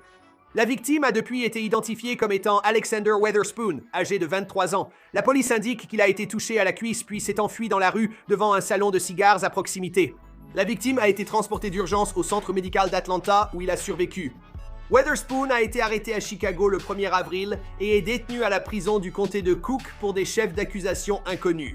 Avant de se rendre, eh bien, Durk a décidé de donner sa version des faits et de imposer sa version. Il a fait savoir à ses fans qu'il n'a rien à cacher. Il a déclaré à WSB-TV qu'il est innocent de toutes les accusations. Parce que je n'ai rien à cacher. Je n'ai aucune raison de fuir. Il a comparu devant le tribunal le 31 mai et la caution de Durk a été fixée à la prison du comté de Fulton. Elle a été refusée, mais il travaille actuellement avec des avocats pour trouver la meilleure façon d'avancer dans cette situation. Le 30 mai, il a sorti « Turn Myself In » avec ces paroles « Personne ne va me couvrir, j'avais un mandat donc je ne peux pas me cacher. Désolé, je ne suis pas vraiment un rappeur. » Dans la chanson, il évoque aussi un passage en studio avec Chance the Rapper. Durk précise que Chance lui a prodigué des encouragements et des conseils pour soigner son image. Il l'a également dit en interview. J'ai eu un passé difficile en grandissant, mon père ayant été incarcéré pendant 25-26 ans. Donc, j'ai eu un passé difficile, mais en déménageant à Atlanta, j'ai vraiment eu l'impression que ça a complètement changé ma façon de penser. Et le passé difficile dont parlait Durk, eh bien, il n'exagérait pas. Lil Durk est né Dirk Derek Banks le 19 octobre 1992 à Chicago et il a dû grandir très vite. À seulement 7 mois, Durk avait déjà son père en prison pour 25 ans alors que le Chicago Tribune annonçait initialement une peine à perpétuité. Maintenant, Durk allait rendre visite à son père en prison tout le temps et tous les deux parlaient comme s'il n'y avait aucune barrière entre eux. Récemment, son père a été libéré et ils se sont retrouvés. On espère juste qu'il ne verra pas son fils longtemps derrière les barreaux. C'est sûr. Son père, que Durk appelle Grand Durk, a été arrêté en 1993 et aurait eu plus de 8 millions de dollars sur lui au moment de son arrestation. Tout cet argent a été saisi et comme Grand Durk était impliqué dans la distribution de cocaïne, aucun n'a pu être gardé pour sa famille. Durk se rappelle des moments, plus jeunes, où il n'avait rien à manger. Sa mère, infirmière, travaillait dur pour payer les factures, mais avec son emploi du temps chargé, Durk se retrouvait souvent seul. Il a confié au Chicago Tribune qu'en 5e, il restait parfois dehors jusqu'à 4 ou 5 heures du matin. Il avait aussi 3 sœurs envers qui il se sentait protecteur. Il a débuté dans la musique en créant des pages MySpace et YouTube pour publier ses premiers morceaux. À sa surprise, les gens ont commencé à s'intéresser et sa communauté en ligne est vite devenue une base de fans réels. Ses premiers succès atteignaient près de 300 000 écoutes à chaque fois. Mais à 17 ans, Durk est lui-même devenu père. C'est le fait de fonder une famille qui l'a vraiment motivé à prendre le rap au sérieux, car il espérait offrir à son enfant une vie meilleure que celle qu'il avait eue en grandissant. Alors que sa carrière de rappeur décollait, il a quitté le lycée et s'est impliqué davantage dans la violence des gangs à Chicago. Maintenant, ce mode de vie l'avait rattrapé et il a été inculpé pour port illégal aggravé d'une arme. C'était en 2011. Il a passé un moment en prison où il a réfléchi à sa vie. Il ne voulait pas que son fils vive une enfance similaire et savait que des choses devaient changer. Alors, il a décidé que la musique, ça devait marcher. Ses mixtapes, après sa sortie, lui ont permis de se faire un nom à Chicago et ses vues n'ont cessé d'augmenter. En 2012, il a signé avec Def Jam Records, mais en 2013, il a de nouveau été arrêté avec une arme à feu chargée. Après que de nombreux témoins ont prouvé l'innocence de Durk, il a été libéré et a poursuivi sa carrière musicale, sortant régulièrement de nouveaux morceaux et perfectionnant son art. Son travail a payé, sa base de fans grandit et il a eu une longue carrière, alors que certains de ses pairs ont disparu. Et il semble qu'il ne fait que commencer, ce qui rend cette récente actualité encore plus décevante. La violence a marqué la vie de Durk d'une manière difficile à imaginer. Son cousin a été tué par la violence armée et son ancien manager a été assassiné peu après avoir assisté à un événement contre la violence. Pour l'instant, il y a encore beaucoup d'inconnus, mais nous vous tiendrons au courant. Et si nous apprenons autre chose ou s'il y a une nouvelle importante, nous ne manquerons pas de publier. La dernière mise à jour que nous avons eue, c'est que sa demande de libération sous caution a été refusée. Mais ses avocats travaillent actuellement sur un appel pour qu'il puisse obtenir une caution. Aujourd'hui, son avocate a plaidé pour sa libération, affirmant que Banks ne présente pas de risque de fuite et n'est pas dangereux. La juge a rejeté sa demande. Nous souhaitons le meilleur à Petit Dirk et sa famille, en espérant qu'ils vont bien. C'est un processus difficile, un coup dur. Que signifie la croix sur votre front? C'est un couteau. C'est un couteau. L'équipe de 21 Savage a officiellement confirmé qu'il est né au Royaume-Uni. Un certificat de naissance circule sur Internet indiquant que Shay Bin Abraham est né le 22 octobre 1992 à l'hôpital de Newham, dans l'est de Londres. Ses parents sont Heather Joseph et Kevin Emmett. Il y avait beaucoup de rumeurs disant qu'il était né dans le Commonwealth de la Dominique. Même son ancien compte Facebook indique qu'il a vécu là-bas. Il semble qu'il ait vécu à Brixton Hill, précisément à Blenheim Gardens, à environ une demi-heure au sud du centre de Londres. Il semble aussi que 21 ait eu des sœurs jumelles qui vivent toujours en Angleterre. Elles s'appellent Kira et Jada. Elles ont récemment œuvré pour supprimer toutes les publications nuisibles à leurs frères. Avec son affaire actuelle, l'un de leurs tweets a refait surface. Shea a déménagé très jeune en Amérique. Il est donc essentiellement américain et y a grandi. Je ne comprends pas pourquoi ils veulent l'expulser alors qu'il était à l'aise jusque-là. C'est louche. On pensait qu'il avait déménagé aux États-Unis à l'âge de 12 ans, mais sa direction a démenti ces affirmations, déclarant qu'il vivait en Amérique depuis la classe de CE2. Cela aurait fait de lui un enfant d'environ 8 ou 9 ans. Mais d'autres informations ont été publiées indiquant qu'il vit en Amérique depuis l'âge de 7 ans. Le rappeur a indiqué via ses représentants qu'il a immigré aux États-Unis à 7 ans, puis quitté en 2005 pour visiter le Royaume-Uni avant de revenir 1 mois plus tard. Et 21 affirme que son statut légal a expiré en 2006 et cela n'étant rien de sa faute. Il a ensuite fait une demande de visa en 2017 lorsqu'il a découvert, qu'il en avait besoin. Sa mère, Heather, qui serait la mère d'au moins 11 enfants, elle a déménagé en Amérique avec Shea et au moins 4 autres enfants et ils se sont installés à Atlanta, en Géorgie. Pendant un temps, dans un foyer monoparental, ils ont eu du mal. 21 a publié sur Instagram des photos avec sa mère sur des tapis rouges, déclarant « la vraie définition de passer de la misère à la richesse. Je me rappelle quand tu mélangeais des ramen avec des saucisses en morceaux. Maintenant, on dîne chez Ruth Chris en tenue de créateur sur les tapis rouges. » Sa mère est apparue à son événement de rentrée scolaire en 2018 organisé pour les enfants défavorisés. Elle a aussi parlé de combien elle est fière de son fils. Dans cet extrait, les gens ont vite remarqué qu'il lui restait un accent britannique. Voici Madame Savage elle-même. Que ressent-on? C'est agréable. Je suis ravi que tout le monde soit là. Mes parents ont immigré d'Irlande au Canada il y a 30 ans et je ne comprends toujours pas leurs accents. Les représentants de 21 Savage ont précisé que sa mère est résidente permanente légale aux États-Unis. De retour au Royaume-Uni, les journalistes ont tenté de parler à son père et sa grand-mère, mais la famille est restée silencieuse. Il y a eu un article publié par The Sun qui affirme que son père est un homme travailleur pour la mairie. Sa grand-mère, apparemment, est aussi dure que de la pierre et travaille très dur également. Sa grand-mère s'est envolée pour l'Amérique afin de le faire sortir de prison, où il a été envoyé en 2014 pour des accusations d'armes et de drogue. Il semblait également y avoir un autre homme nommé Dr. Amsu Mpu. Ce médecin holistique, déjà vu dans l'émission Breakfast Club, affirme aussi être le père de 21 Savage. Ils ont d'ailleurs posé ensemble sur des photos de famille publiées sur Instagram. Je ne sais pas. Ils ont du mal à perdre de la graisse. C'est de la graisse visible et invisible. Celle que vous ne voyez pas est aussi présente dans le corps et cause des ravages. Cet homme est aussi connu pour promouvoir sa gamme de pilules pour la virilité sur Instagram. Je voulais juste ajouter cette information. Depuis l'arrestation de 21 Savage, de nombreux mèmes ont envahi Internet. Voici quelques-uns de nos préférés. Mais alors que la plupart riaient, ses amis de la communauté hip-hop n'ont trouvé aucune blague drôle. Tommy Laren et Demi Lovato faisaient partie des personnes extérieures ayant ressenti la pression de la communauté hip-hop. Et Demi, elle a dû carrément supprimer son compte Twitter. C'est allé jusque-là. Maintenant, d'après ce que je peux voir, tout le reste qu'on sait sur l'ascension de 21 Savage, ses problèmes à l'école, la violence des gangs, la perte de ses frères et amis, le fait qu'il ait pris 6 balles, qu'il soit devenu père très jeune, tout ça, ça semble cohérent. Ses jeunes années étaient, tu sais, un peu trompeuses. Pour en savoir plus sur son ascension, regarde notre vidéo avant qu'il ne soit célèbre, vers la 4e minute.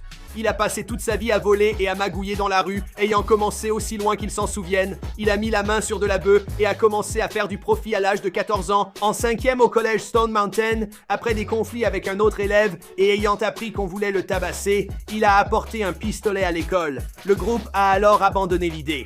Ils l'ont plutôt dénoncé et Savage a été expulsé de l'école. Grâce à son incroyable succès, cet homme a beaucoup fait pour la communauté.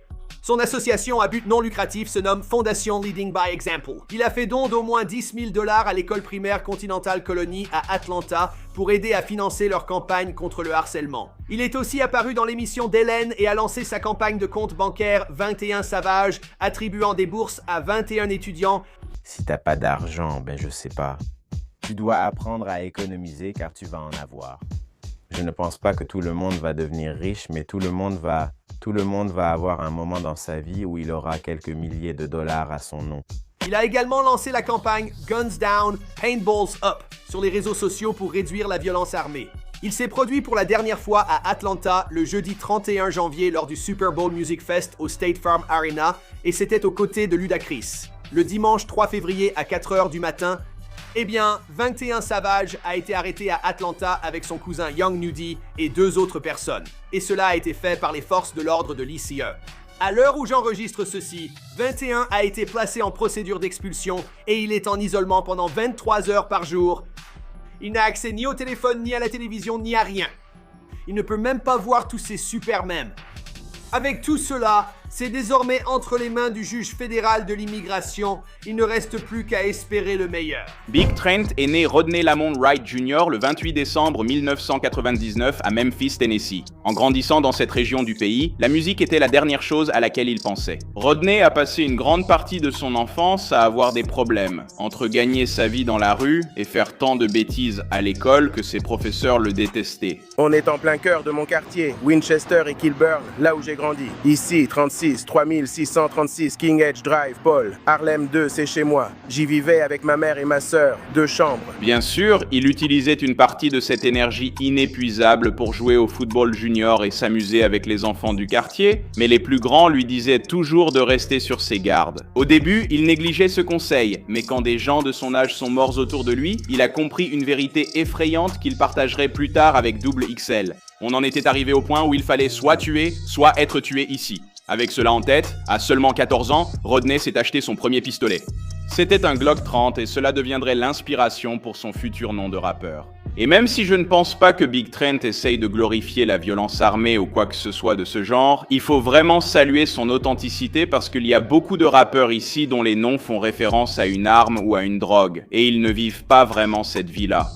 Donc, voir un rappeur comme Big Trent et entendre que son nom vient d'un Glock 30, ça remet les choses en perspective. Pas dans le sens où c'est trop cool, tu vois, il tue des gens ou quoi. Juste, je sais pas. Du vrai rap, mec. Les gens vivent vraiment ce qu'ils racontent ici, et tu ne devrais pas critiquer ceux qui le font.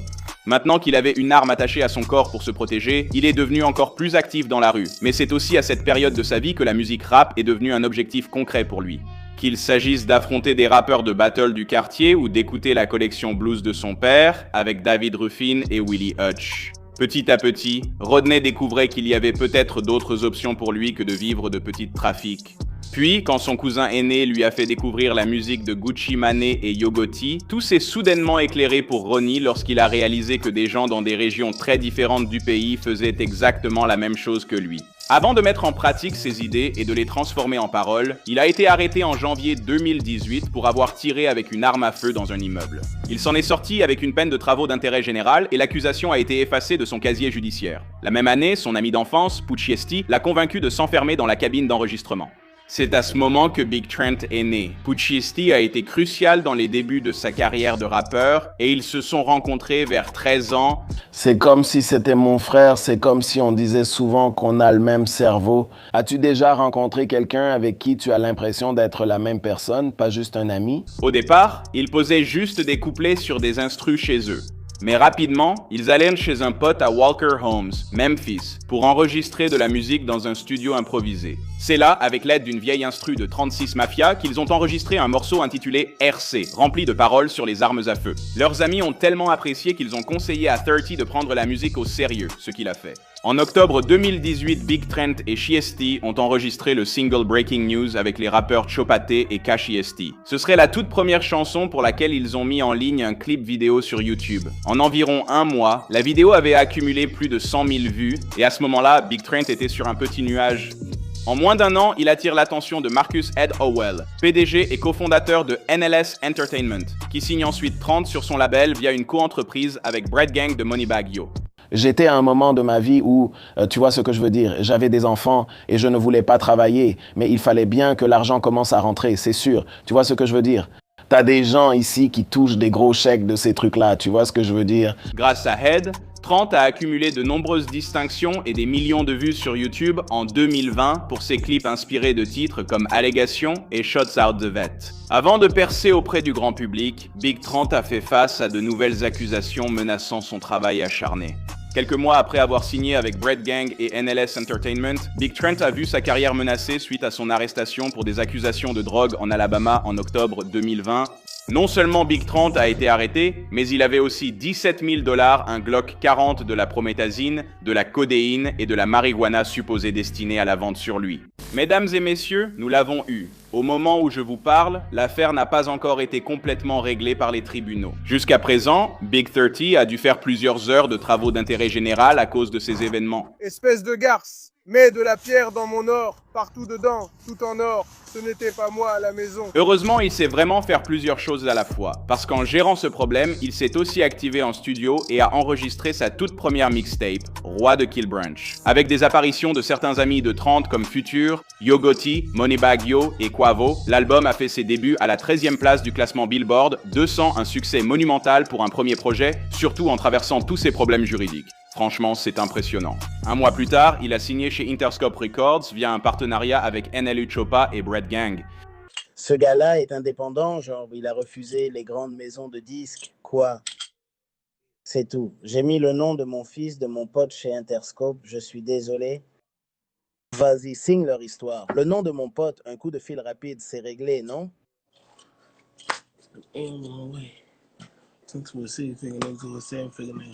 Son avenir comme conteur prometteur du trap était alors assuré. Ayant tiré des leçons de ses erreurs, il comptait aussi changer sa vie pour que tout se passe bien. Par exemple, il a cessé de fumer en voiture et engage désormais une équipe de sécurité partout. Bonne idée, mais cela coûte cher. Aujourd'hui, Big 30 n'a plus à s'inquiéter d'argent.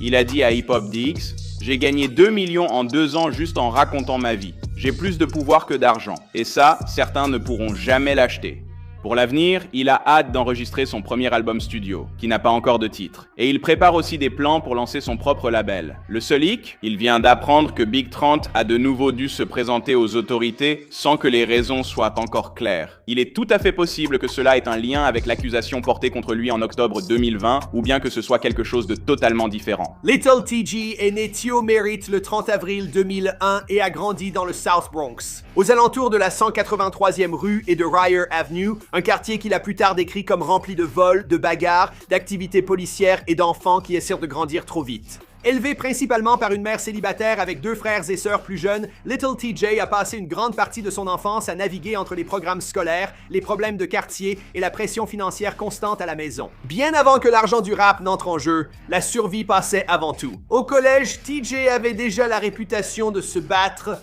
de sécher les cours et de traîner avec des plus grands mêlés à des embrouilles de rue.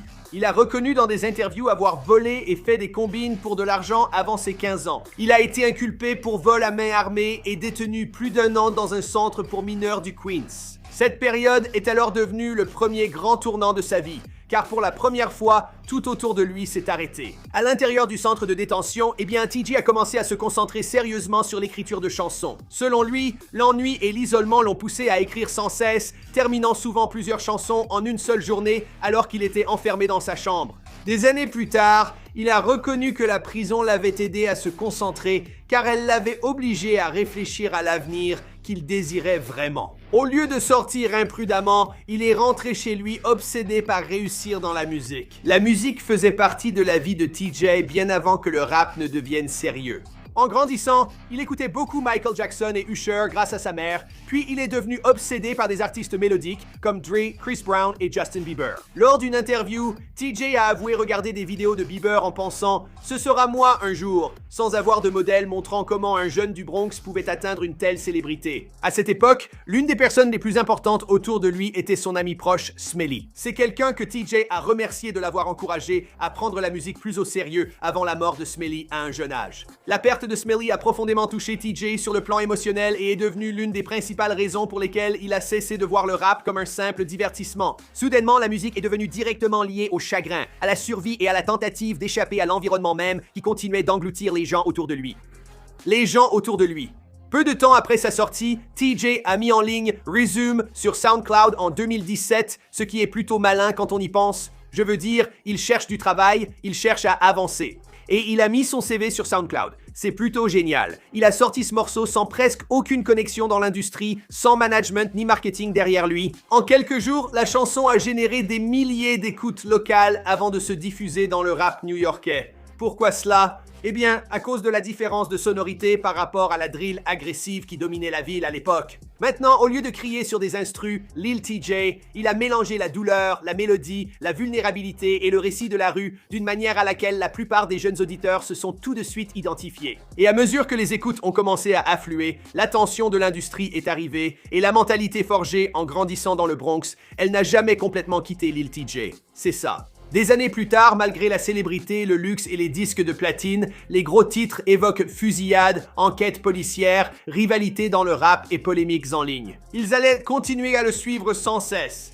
Resume a aussitôt changé la vie de Lil TJ. La chanson s'est largement répandue sur SoundCloud et YouTube, à une époque où les labels cherchaient activement le prochain rappeur de rue mélodique capable de percer dans le grand public. Columbia Records s'est rapidement intéressé à lui, reconnaissant que l'expression émotionnelle de Lil TJ le distinguait de nombreux artistes new-yorkais qui perçaient alors grâce à la drill pure. Puis sont arrivés Brothers et Leaked, deux titres qui ont fait passer Lil TJ d'artiste local du Bronx à sujet national dans le rap. Brothers a particulièrement marqué le public, car la chanson paraissait authentique, avec Lil TJ évoquant la loyauté, la trahison et la survie à travers des refrains accrocheurs. Leaked a aussi montré qu'il savait créer des morceaux mélodiques et émotionnels, dépassant commercialement la culture de rue new-yorkaise. L'un des moments forts de sa carrière fut sa collaboration avec Polo G de Chicago sur Pop Out. La chimie a immédiatement opéré entre les deux artistes, tous deux spécialisés dans la narration de rue émotionnelle et mélodique. Le morceau a explosé au niveau national, atteignant finalement le classement du Billboard Hot 100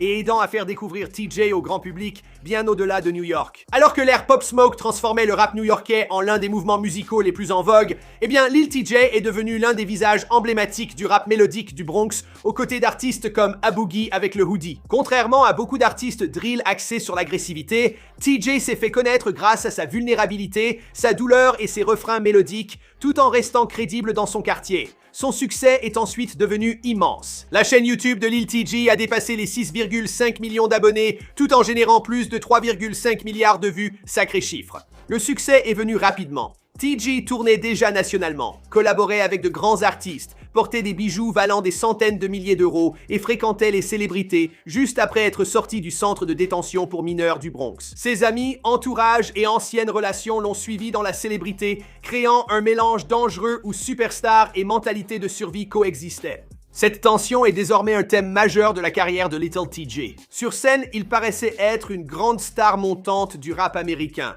Mais hors scène, il restait un jeune du Bronx, emportant histoire, paranoïa et instinct de la rue, dans un milieu où une nuit pouvait tout bouleverser. Le 22 juin 2022, la carrière de Little TJ a failli prendre fin sur le parking d'un restaurant Chipotle à Edgewater, dans le New Jersey. Selon les rapports de police, Mohamed Kanati, âgé de 27 ans, aurait tenté de braquer Little TJ et deux de ses amis juste après minuit, avant d'ouvrir le feu pendant la confrontation. Little TJ aurait été touché plusieurs fois, tandis qu'Antoine Boyd a été blessé par balle une fois. En quelques minutes, les secours ont emmené Little TJ au bloc, tandis que la fusillade se répandait sur Internet. Des messages faux annonçaient la mort de Little TJ. D'autres disaient qu'il survivait grâce à un appareil de réanimation. Des heures durant, les hashtags sur son état ont fait le buzz, tandis que fans, artistes et célébrités attendaient la confirmation de sa survie. Les médecins ont stabilisé Little TJ après une opération d'urgence, mais son rétablissement a été plus difficile que ce que pensaient de nombreux fans. Après la fusillade, Little TJ aurait passé du temps en soins intensifs pendant qu'il se remettait de graves blessures internes. Des vidéos et des photos sont ensuite apparues, le montrant en difficulté pour marcher normalement, et il a dû suivre une longue rééducation tout en retrouvant lentement ses forces. Pour un artiste dont la carrière reposait sur la performance, la confiance et la voix, la fusillade l'avait aussi affecté émotionnellement. Les fans ont remarqué un changement visible lors des interviews et des apparitions publiques après 2022 avec TJ qui semblait plus prudent, réservé et sérieux que le jeune artiste insouciant qui s'était fait connaître sur SoundCloud. Sa sécurité aurait été renforcée tandis que ses paroles se concentraient sur la confiance, la trahison, la survie et le traumatisme. Puis, quelques mois plus tard, après avoir failli mourir, TJ a sorti Beat the Odds, un morceau marquant son retour qui aborde directement la fusillade et le processus de rétablissement. La chanson a immédiatement trouvé un écho car les auditeurs n'entendaient plus du rap de rue exagéré. Ils entendaient quelqu'un qui avait réellement survécu à plusieurs balles et qui avait quand même réussi à revenir à la musique en quelques mois. Les images montrent TJ se rétablir tout en rappant sur la survie, faisant de la chanson un moment marquant de sa carrière. Mais survivre à la fusillade n'a pas éloigné Lil TJ des controverses. Cette expérience n'a fait qu'accentuer la tension entre son succès de superstar et le milieu auquel il restait lié. Parce que juste au moment où il semblait que TJ entrait enfin dans une phase plus mature de sa carrière, eh bien, son nom s'est à nouveau retrouvé lié à un autre fait divers violent, cette fois impliquant Offset dans une situation chaotique qui s'est déroulée devant un casino en Floride. En mai 2026, le nom de Lil TJ a soudainement recommencé à faire le buzz après que des informations ont émergé concernant une situation violente impliquant le rappeur des Migos, Offset. Des messages sur les réseaux sociaux disaient qu'Offset avait été touché par balle ou impliqué dans une altercation, tandis que des extraits de live et des blogs hip-hop relayaient cela. Ils ont immédiatement commencé à diffuser des versions contradictoires de l'histoire en ligne. En quelques heures, le nom de Lil TJ est devenu associé à la situation alors que des rumeurs circulaient affirmant qu'il aurait été détenu ou interrogé par la police. La confusion a vite grandi car personne en ligne ne savait vraiment ce qui s'était passé ici. Les fans avaient des vidéos floues de téléphones portables qui ont circulé sur TikTok, Twitter et YouTube plus vite que les gens ne pouvaient suivre. Pour de nombreux fans, la situation a rapidement paru familière, la violence étant déjà liée à l'image de Lil TJ après la fusillade à Edgewater. Mais chaque nouvel incident a maintenant plus de poids parce que le public ne voit plus TJ comme intouchable. Ce gamin s'est déjà fait tirer dessus. Il faut souligner que beaucoup de choses sur Offset relèvent de la spéculation, les réseaux sociaux amplifiant plus que les faits confirmés. Mais Internet n'attend presque plus la fin des enquêtes, surtout quand de grands noms du rap sont impliqués dans ces affaires médiatisées. Pour Lil TJ en particulier, est-ce que la situation avec Offset va rouvrir la même question qui le suit depuis qu'il a survécu à la fusillade de 2022? Peut-on vraiment laisser derrière soi le mode survie après avoir grandi dans un environnement où la paranoïa, la vengeance et la violence sont normalisées? Même après des milliards de streams, des tournées complètes, des disques de platine et avoir survécu à la mort, la controverse suit toujours Lil TJ. La fille de Floyd Mayweather a été arrêtée après avoir tenté d'agresser une femme dans la maison de NBA Youngboy. Avant cela, Yaya Mayweather devait être incarcéré pour de graves accusations contre une mère d'enfant de NBA Youngboy. Tu parles de cette fille juste ici? Ma femme! Tu parlais de ma femme. Elle est dedans? Ma maison que j'ai payée? Pas maintenant? Comment? Hein? Et maintenant, je n'ai jamais accepté quoi que ce soit d'elle dans ma vie. Avant que NBA Youngboy ne sorte le morceau Dirty Yana, qui l'accusait d'avoir un tempérament explosif et d'avoir crevé les pneus de sa voiture. Tu vois ça? Tu crois que j'en ai quelque chose à foutre? Tu veux venir donner un coup de pied à mon pneu? Avant que Yaya Mayweather n'atteigne 1,2 million d'abonnés sur Instagram et ne se lance dans une carrière de rappeur sous le nom de Money? Oui, Yaya. Imagine grandir en étant multimillionnaire dès la naissance et ne jamais avoir à t'inquiéter de quoi que ce soit pour le reste de ta vie, mais finir par risquer 99 ans de prison à cause d'une bagarre pour un petit ami. C'est fou, non? Eh bien, c'est la réalité pour Yaya en ce moment. Maintenant, la jeune femme de 19 ans a été arrêtée et placée derrière les barreaux après une altercation violente et choquante avec Lalapatra Jacobs. Et c'est une femme qui a un enfant avec son petit ami NBA Youngboy. L'incident aurait eu lieu le 4 avril vers 1h30 du matin. Quand, oui, Yaya a exigé que la mère de l'enfant, Jacobs, quitte la maison du rappeur. Et Jacobs a refusé. Elle a demandé à Yaya de partir. Eh bien, à partir de là, cela s'est transformé en bagarre. Il y a eu, elles se sont tirées les cheveux, puis quelqu'un a couru dans la cuisine pour prendre quelque chose. Mieux vaut éviter la cuisine. Toute l'affaire est devenue vraiment moche. NBA Youngboy a également été menotté sur les lieux pendant un moment. La police indique qu'il s'agissait simplement d'une précaution pendant la gestion de la situation. Il n'a pas été arrêté, mais Ayana fait maintenant face à des accusations très graves.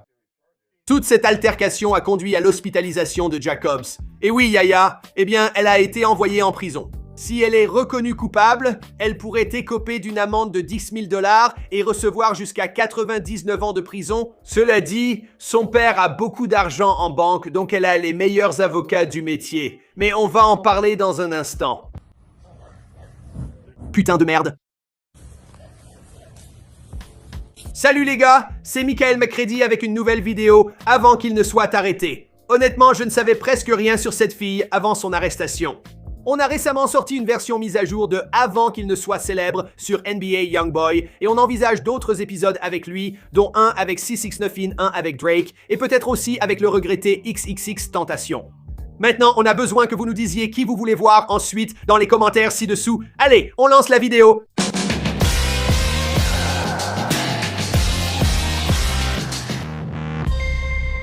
Et pensez à vous abonner et activer la cloche. Salut!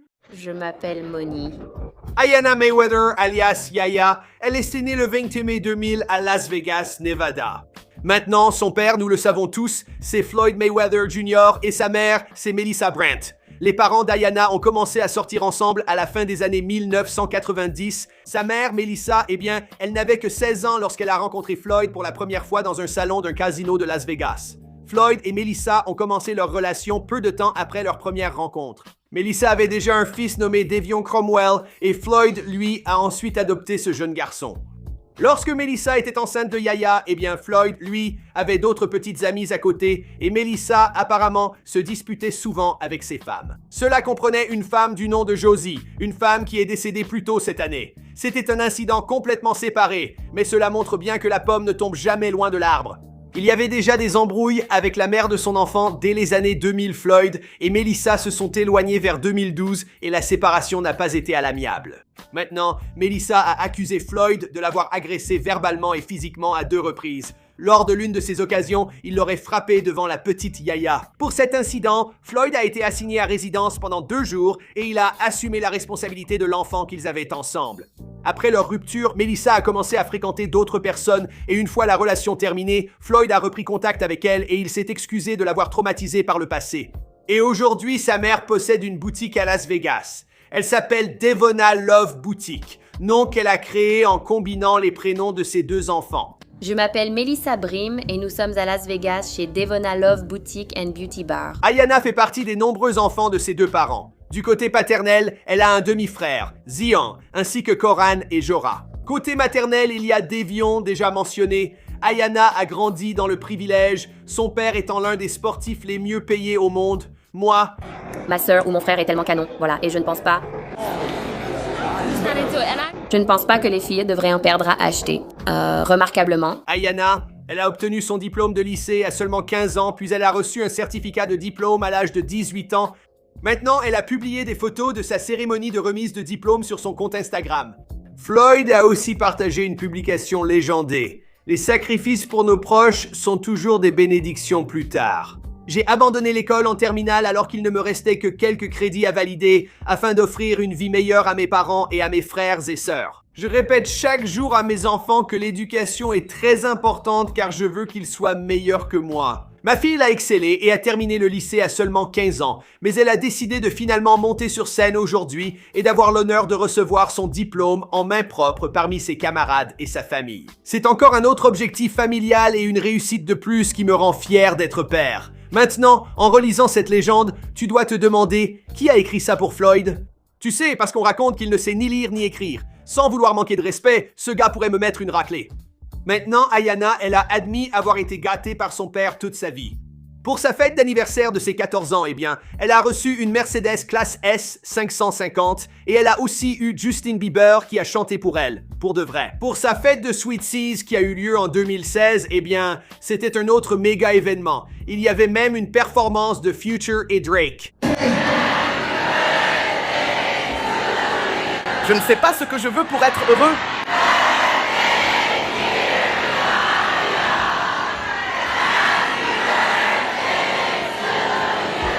Pour ses 18 ans, Will Floyd lui a offert une somptueuse bague en or jaune 18 carats d'une valeur de 5 millions de dollars. Elle a eu une autre fête d'anniversaire avec des stars, puis à Noël dernier, il lui a offert un G-Wagon. Alors, que veut faire une fille avec tant d'opportunités? Eh bien, la boxe ou une carrière sportive professionnelle n'a jamais vraiment été envisagée. À la place, oui, Yaya, elle a décidé de devenir rappeuse. En octobre 2018, elle a sorti le clip de sa chanson OK Remix et c'était sur sa propre chaîne YouTube personnelle qui a atteint un impressionnant total de 9000 vues. Mais la vidéo a aussi été publiée sur World Star Hip Hop et là-bas, elle a dépassé 1,5 million de vues. J'imagine que ça rapporte de payer pour des vues.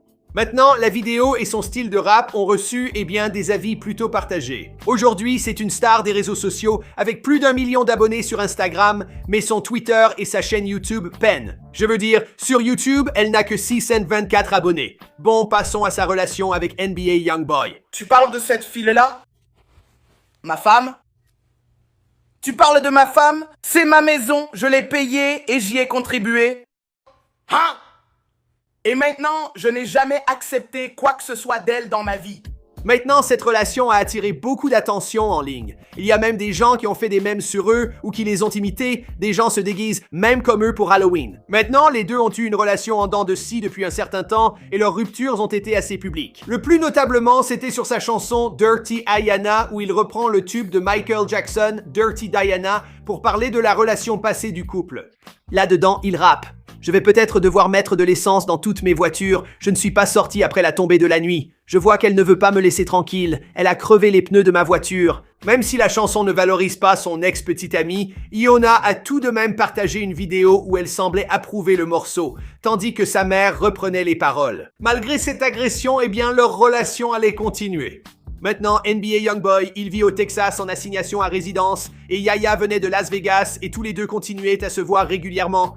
Cela nous amène au 4 avril, lorsque Yaya Mayweather serait arrivé chez NBA Youngboy, et il y avait Lapatra Jacobs, l'une de ses mères de ses enfants. Yaya a alors déclaré qu'elle était sa fiancée, et a demandé à Jacobs de partir, mais apparemment, celle-ci lui a tenu tête, et a demandé à Mayweather de partir à la place. Quand Mayweather a refusé de partir, une confrontation a éclaté entre eux. La dispute s'est déplacée dans plusieurs pièces avant de finir dans la cuisine, où Mayweather aurait tenu 2 couteaux. Selon des sources, Jacob, elle s'est approchée de Mayweather, le poussant à se précipiter vers elle armé d'un couteau. Jacob a déclaré qu'elle n'avait pas ressenti la première blessure au couteau au début, puis a dit que Mayweather s'était de nouveau précipité sur elle, la poignardant une seconde fois. Mayweather dit que la bagarre a débuté lorsque Jacob l'a attaqué en lui tirant les cheveux dehors, puis a poursuivi la dispute à l'intérieur. Maintenant, Jacob, elle a eu plusieurs lacérations au bras et a été transportée à l'hôpital par les ambulanciers pour des blessures sans danger vital. Maintenant, il a été rapporté que la victime a subi une opération et qu'elle est maintenant dans un état stable. Maintenant, le jeune garçon a commenté l'incident sur Twitter où il a tweeté « Soutenez vos proches au paradis et ils feront de même pour vous. Je me sens vraiment béni et protégé, si vous voulez mon avis. » Ce n'est d'ailleurs pas la première fois que Yaya Mayweather est accusé d'avoir attaqué une personne liée au rappeur. Pour de vrai, on a même retrouvé cette vieille vidéo. Suite à cette grosse altercation, elle a été arrêtée dimanche matin à 1h30. Elle a été détenue à la prison du comté de Harris à Houston, puis libérée sous caution assez vite. Elle est ensuite rentrée chez Youngboy, où elle a été vue allongée dans son lit. Maintenant, il est peu probable qu'elle reçoive la peine maximale de 99 ans. Elle a son père qui a beaucoup d'argent et beaucoup de contacts. Il a même été dit qu'elle est représentée par Kurt Schaffer, l'ancien avocat qui a travaillé pour des gens comme Slim Thug, Pimp C, Rap A Lot Records, le PDG J. Prince et d'autres encore. J'ai l'impression qu'elle aura juste une tape sur les doigts. Avant d'aborder la situation actuelle de TK, résumons rapidement comment il en est arrivé là.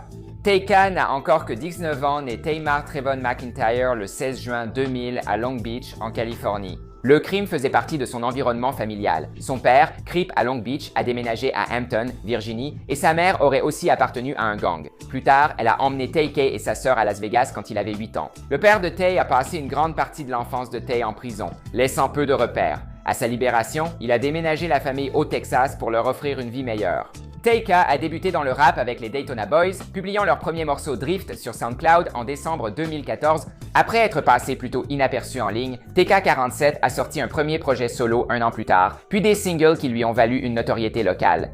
Mais c'est sa chanson, The Race, qui a vraiment attiré l'attention du monde entier, et ce pour de nombreuses raisons. C'était la prod entraînante, le flow, les paroles pleines d'esprit, mais aussi le fait qu'il ait sorti la chanson en cavale, vivant ce qu'il racontait. En juillet 2016, TK et 6 autres ont été arrêtés pour meurtre capital après la mort d'un homme dans le cadre d'un complot présumé visant à le voler. TK a été placé en assignation à résidence où il a attendu jusqu'à ce que les audiences de certification aient lieu. Mais quelques jours avant les audiences, TK et un des autres suspects ont retiré leurs bracelets électroniques et se sont enfuis à San Antonio, au Texas.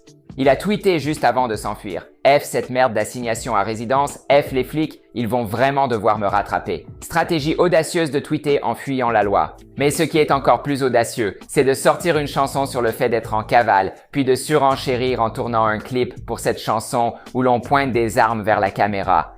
La chanson a été enregistrée à Elizabeth, New Jersey, et TK a publié le clip sur YouTube le jour de son arrestation. Elle a vite atteint des dizaines de millions de vues. En fuite, il aurait attaqué un homme de 65 ans sous la menace d'une arme, le laissant inconscient. Skip Pepe raconte qu'il se promenait à Cravens Park il y a 2 semaines quand un jeune homme l'a braqué avec une arme en plein jour. Donne-moi ton portefeuille. Tu sais, la deuxième fois, c'était « J'ai une arme. Donne-moi ton portefeuille. » La police d'Arlington dit que Pepe a été agressé et volé. Voici des photos de lui prises quelques heures après l'attaque. Il a des saignements au cerveau, de nombreuses éraflures et échymoses, ainsi que 3 côtes fracturées. TK a été capturé par les Marshals américains à Elizabeth, mais cela n'a pas empêché le succès de la chanson, entrée à la 70e place du Billboard Hot 100 après le hashtag #FreeTK lancé par les fans sur Twitter. Lil Yachty, Fetty Wap et d'autres ont participé à des remixes de la chanson, mais TK fait face à de sérieux problèmes juridiques depuis lors. Depuis le succès de The Race, TK a été incarcéré mais a continué à sortir de la musique. Grâce à ADA Classic et RCA Records, il a sorti sa première mixtape, Santana World, qui comprenait un remix de The Race avec 21 Savage et Young Nudy. Et la chanson a été certifiée disque de platine en janvier 2018. Un mois plus tard, des photos de TK en prison ont enfin été publiées, offrant aux fans un aperçu de la star après presque 1 an.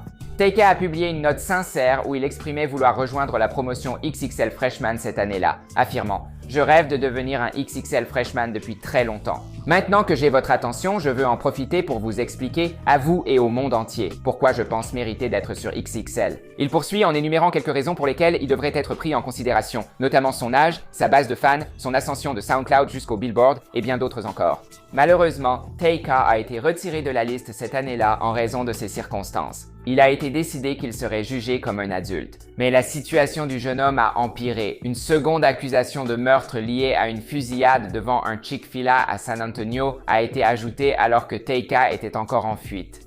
Le 28 février 2018, le complice de TK a été inculpé de meurtre capital et condamné à 20 ans de prison. Une nouvelle plutôt bonne est tombée le 24 mai 2018. Des rapports ont confirmé que TK n'encourait ni la peine de mort ni la prison à vie grâce à l'arrêt Miller contre Alabama et Roper contre Simmons. Mais l'un de ses complices a été condamné quelques jours plus tard à la prison à vie après que l'accusation l'a désigné comme celui qui avait appuyé sur la gâchette. En août 2018, TK a été inculpé pour possession d'un objet interdit alors qu'il était en prison, après avoir été fouillé et qu'un téléphone a été trouvé caché dans ses chaussettes. Et si TK n'avait pas déjà assez de problèmes, en juin 2018, la famille de la victime de la fusillade de 2017 au Chick-fil-A à San Antonio a intenté une action civile pour demander réparation après ce décès, réclamant $1 million de dommages et intérêts. Un mois après, la famille de la première victime a poursuivi 88 Classic pour avoir profité de la mort de leur fils. Le label aurait gagné plus d'1 demi-million de dollars avec la mixtape de TK sortie alors qu'il était en prison. Récemment, TK a plaidé coupable à 2 chefs de vol aggravés. Mais en fait, je viens tout juste de recevoir des mises à jour pendant que je faisais cette vidéo. Et voici les toutes dernières nouvelles concernant les affaires de TK que j'ai pour vous. Pendant que j'écrivais, TK a été reconnu coupable par un jury dans une affaire de meurtre. NBC Dallas Fort Worth indique que le rappeur risque entre 5 et 99 ans de prison. La mère de la victime a témoigné jeudi devant le jury, suivi des plaidoiries finales l'après-midi. Le jury a ensuite délibéré plus de 4 heures avant de rendre sa décision. Mais il n'a pas été reconnu coupable de l'accusation de meurtre capital qui lui avait été reprochée plus tôt, ce qui est une bonne chose, car s'il avait été déclaré coupable de celle-ci, la prison à vie aurait été une issue probable. Il fait également face à une deuxième accusation de meurtre capital, donc ce ne sera pas la dernière fois que vous entendrez son nom dans les actualités. Et selon le Fort Worth Star-Telegram, s'il est reconnu coupable de ces accusations, il risque 99 ans de prison supplémentaire ou la prison à vie. Mec, c'est vraiment du lourd. Je n'ai pas d'opinion particulière, mais je souhaite adresser à nouveau mes pensées aux familles des victimes touchées, car cela a été relayé dans les médias. C'est sûrement difficile quand l'accusé est une figure populaire sur Internet. Cette situation doit être très dure pour eux. Et même s'il a été inculpé, même si je ne vais pas dire ici « libérer TK » parce que je pense qu'il doit y avoir des conséquences à nos actes, j'espère quand même qu'il va bien. Cette situation est difficile pour tous. J'espère que quand tout se calmera, plus de preuves sortiront et que ceux qui ont besoin de la vérité continueront de l'obtenir. Je veux aussi préciser que Takeya avait 16 ans quand tout cela s'est passé. Maintenant, ça n'excuse en rien ses actes, ni le fait de fuir la justice, mais être jugé comme un adulte, personnellement, je ne sais pas quoi penser de cette décision. Même Donald Glover a récemment déclaré dans le New Yorker « Regardez ce gamin, c'est un bébé, il n'a jamais eu sa chance. C'est juste… » Je veux dire, c'est comme partout dans la ville. Tu vois ce que je veux dire? Tu vois des choses différentes et tout ça. Je dirais que tu grandis un peu plus vite à Dallas. Lil Loaded est né le 1er août 2000 à San Bernardino, en Californie. La première fois qu'on a fait un portrait de Lil Loaded, eh bien, on n'a pas pu confirmer son nom de naissance. Avec les rapports de police diffusés suite à son arrestation, on confirme qu'il est né sous le nom de Deshaun Robertson. Pour en savoir plus sur son ascension, lançons un extrait de sa vidéo avant qu'il ne soit célèbre. À chaque fois, j'ai l'impression d'être dans Inception, une vidéo dans la vidéo. Bref, voici un extrait. Alors, Loaded a vécu en Californie et il est allé à l'école primaire là-bas jusqu'à environ 10 ans. Ensuite, sa mère et sa famille ont tout emballé et ont déménagé à Dallas, au Texas. Loaded était l'enfant du milieu parmi 5, avec 2 frères, un aîné, un cadet, et 2 sœurs, une aînée, une cadette. Sa mère les a élevés seuls, leur père étant absent. Il était en prison pour des raisons dont il préfère ne pas parler. Où était ton père alors? En prison. D'accord. Tu peux dire pourquoi? Non, d'accord. C'est compréhensible. Maintenant, Lil Loaded, il s'est retrouvé mêlé à la vie de rue très jeune, vendant de la bœuf à 12 ans, et il a été confronté à la dure réalité en perdant son grand frère alors qu'il n'avait que 15 ans. Son frère, il a été abattu et tué.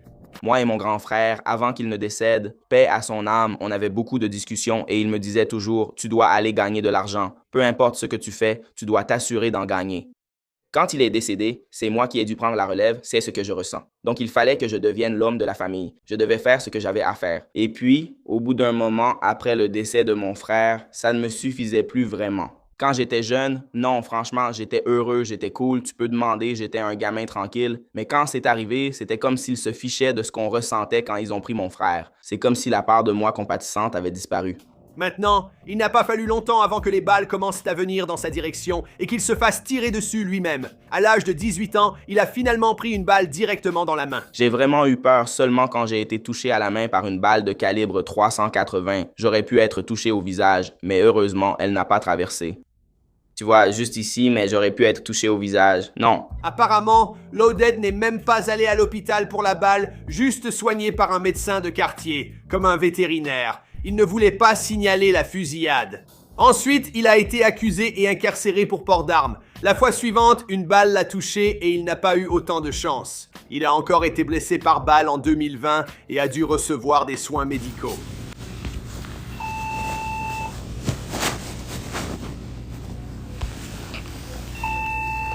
Cherchant maintenant des moyens plus intelligents de réussir, eh bien, il a commencé à prendre le rap au sérieux à 18 ans. Et en quelques mois, eh bien, il avait une série de succès entre les mains. Boss, c'est sorti en premier, mais ça n'a eu que quelques centaines de vues à l'époque. Ensuite est venu Block Baby, qui grâce à Tommy Craze, eh bien, a eu une vraie exposition. En 6 mois, ce morceau a dépassé 30 millions d'écoutes sur plusieurs plateformes. Un vrai coup de projecteur, c'était très cool. Frérot, je vais donner ça direct. Diamant. No, mec. Uniquement des diamants. Je suis tellement content. En parcourant la page Instagram de Lil Loaded, on voit clairement que montrer des armes à feu était sa marque de fabrique. Parlons maintenant des événements menant à sa dernière arrestation. Maintenant, selon le Dallas Morning News, Lil Loaded et Walker étaient devant la maison de Walker où ils filmaient alors que Lil Loaded était armé d'un fusil le 25 octobre. Soudain, la sœur de Walker a entendu un coup de feu et s'est précipitée dehors. Elle a trouvé son frère allongé dans la rue, avec Lil Loaded et un témoin penché sur lui, grièvement blessé. La sœur, dont le nom reste inconnu, est rentrée et a appelé le 911 pour signaler la fusillade. Ensuite, elle est sortie et sa sœur a trouvé le téléphone portable de Lil Loaded où elle a vu une vidéo de Lil Loaded tirant sur Walker dans le torse. Tout cela, c'est selon l'affidavit obtenu par le Dallas Morning News. Ensuite, Lil Loaded et le témoin ont amené Walker à l'hôpital local où il est décédé. Lil Loaded a ensuite disparu plusieurs jours avant de se rendre aux autorités. Actuellement, Lil Loaded est détenu sous caution de 500 000 $ au centre de détention Susan Lee Cased, situé à Dallas, au Texas. Sur Instagram, il a publié le message suivant « J'apprécie tout votre soutien. Ils essaient de te faire passer pour coupable alors que tu es innocent. Quoi qu'il en soit, on va surmonter ça. Repose en paix, mon frère, je t'aime. » En ce qui concerne Tommy Craze et ce qu'il avait à dire à propos de tout cela, eh bien, c'était en fait son anniversaire cette semaine, et il attend d'avoir plus d'informations avant de faire une déclaration officielle. Mais pour voir ses stories Instagram lorsqu'il a appris la nouvelle pour la première fois, eh bien, vous pouvez regarder notre fameuse vidéo d'actu que nous venons de publier sur le sujet. Quant au reste de l'histoire, eh bien, je pense que je vais conclure ici parce que c'est là que nous en sommes maintenant. Et, vous savez, je suppose que c'est un accident assez horrible. Mais si c'est vraiment un accident, eh bien, espérons le meilleur pour Lil Loaded. Mais c'est quoi cette histoire d'armes? Chez Before They're Famous, on aime trouver de vieilles vidéos d'artistes, mais pour IDK, on n'en a pas trouvé beaucoup. J'ai retrouvé une vieille séquence d'un rappeur nommé IDK datant de 7 ans, mais j'ai un pressentiment que ce n'est pas lui. Je me décompose, mec. Eh bien mince alors, où es-tu passé maintenant? Qu'est-ce que... Ce gamin, c'est clairement IDK, je ne sais pas qui c'est. Maintenant, l'IDK dont on parle aujourd'hui est né Jason Aaron Mills le 24 mai 1992 à Londres, en Angleterre. Oui, Londres. Tu sais, poisson, frites, tasse de thé, mauvaise nourriture, pire météo, joyeuse Mary Poppins, Londres. Ou plus précisément, il est né dans le quartier connu sous le nom de Clapham. Sa mère s'appelle Julia Lynch, qui vient de Sierra Leone, et son père s'appelle George Mills, qui vient en fait du Ghana. Mais il s'avère que Jason a été élevé par son beau-père, qui s'appelait Martin Thomas. Et cela depuis qu'il avait 4 ans. Et la famille vivait à Prince George, dans le Maryland, où ils ont déménagé quand il avait 2 ans. Il a grandi enfant unique, puis son père a eu 4 filles. Bien qu'ayant eu Jason à 19 ans, sa mère est diplômée de l'Université du Maryland et était assistante juridique, tandis que son beau-père travaillait dans l'informatique. Il a grandi, selon ses propres mots, dans la classe moyenne. En parlant de ces années-là, il a confié à Vib: « Nous vivions dans un bon quartier, mais parfois, nous n'avions pas les moyens d'y rester. À une période, nous dépendions d'un générateur et n'avions pas d'eau chaude. » C'était une situation étrange de classe moyenne. Malheureusement, sa mère et son père biologique sont décédés. Sa mère est décédée de complications liées au VIH qu'elle aurait contracté auprès de son beau-père, et son vrai père, eh bien, il est décédé en 2018 à cause du diabète. Bien qu'il se dise originaire du Maryland, il a en fait passé 1 an à Pittsburgh chez son oncle à cause de problèmes scolaires. Il a aussi été renvoyé du lycée de Bowie pour avoir causé des problèmes, comme fumer de l'herbe dans les toilettes et voler un projecteur. Il est ensuite allé dans un internat à London, dans le Kentucky, où il s'est fait renvoyer vers la classe de seconde, et cette fois encore pour avoir eu des ennuis, malgré le fait qu'il était en réalité un élève inscrit au tableau d'honneur. Puis, en première, il a fréquenté le lycée de Largo dans le Maryland, puis il a été incarcéré, mais cette partie de l'histoire n'est pas encore abordée. Il a grandi en écoutant Eminem, 50 Cent, Michael Jackson, Lauryn Hill et les Gorillaz. Quand il n'avait pas de soucis, il jouait parfois au football américain et restait attiré par les arts. Il adorait dessiner, écrire, et il s'est intéressé à la mode. Il a enchaîné des petits boulots, dont Charlie's Grilled Subs à 17 ans, McDonald's à 18 ans, Best Buy à 19 ans, puis un salon de coiffure.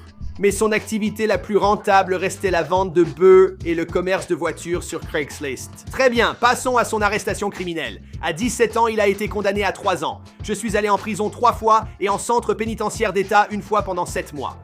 Ça fait un total d'1 an quand on additionne tout. J'ai été incarcéré pour vol à main armée. En fait, la quête d'argent et le sentiment de ne jamais en avoir assez, eh bien, ça a hanté Jay dès le début. Il a été inculpé comme un adulte et cela a entraîné un séjour en prison qui l'a vraiment poussé à retrousser ses manches et à se faire plein de tatouages en prison. Pour de vrai, il s'est fait tatouer tout un bras. Tout le bras lui a probablement coûté environ 30 paquets de nouilles. C'est en prison qu'il a appris à rapper en écoutant certains des premiers morceaux de J. Cole et Kendrick Lamar. Il a dit à NME: « En prison, tu n'as rien d'autre que ton esprit. Il y a tellement de limites à ce que tu peux faire. C'est en prison que, pour la première fois, j'ai utilisé une partie de mon cerveau. J'ai fait un plan pour devenir rappeur, je l'ai détaillé, puis je l'ai vraiment mis à exécution. » Quand je suis entré, je pense qu'en sortant, j'étais plus déterminé qu'effrayé. Je pense que c'est la raison pour laquelle j'ai eu le courage de faire de la musique, parce que je savais que ce serait difficile de trouver un travail. Tu vois ce que je veux dire? Au début, il s'appelait JDK, et il était plus chanteur de R et B qu'autre chose. Le rappeur qu'il est aujourd'hui. Il a commencé petit, en envoyant sa musique à 1000 contacts. La moitié ne répondait même pas. Un tiers disait simplement « Arrête de m'envoyer des messages ». Pourtant, il a continué à persévérer.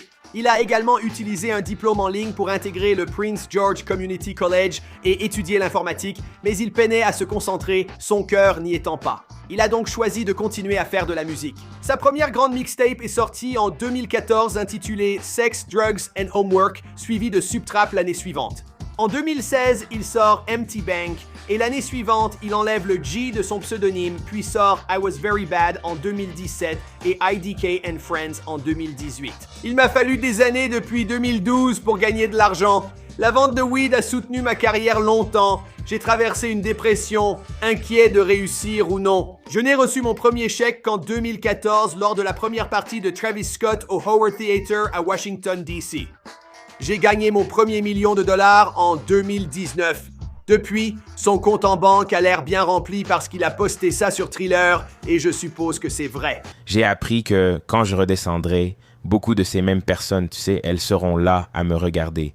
Je dois, tu sais, être reconnaissant pour toutes les réussites, mais toujours garder à l'esprit que ça peut disparaître. Et je dois avoir un plan pour ça quand ça arrivera. On pense que l'industrie musicale fonctionne ainsi, mais ce n'est pas la réalité. C'est littéralement.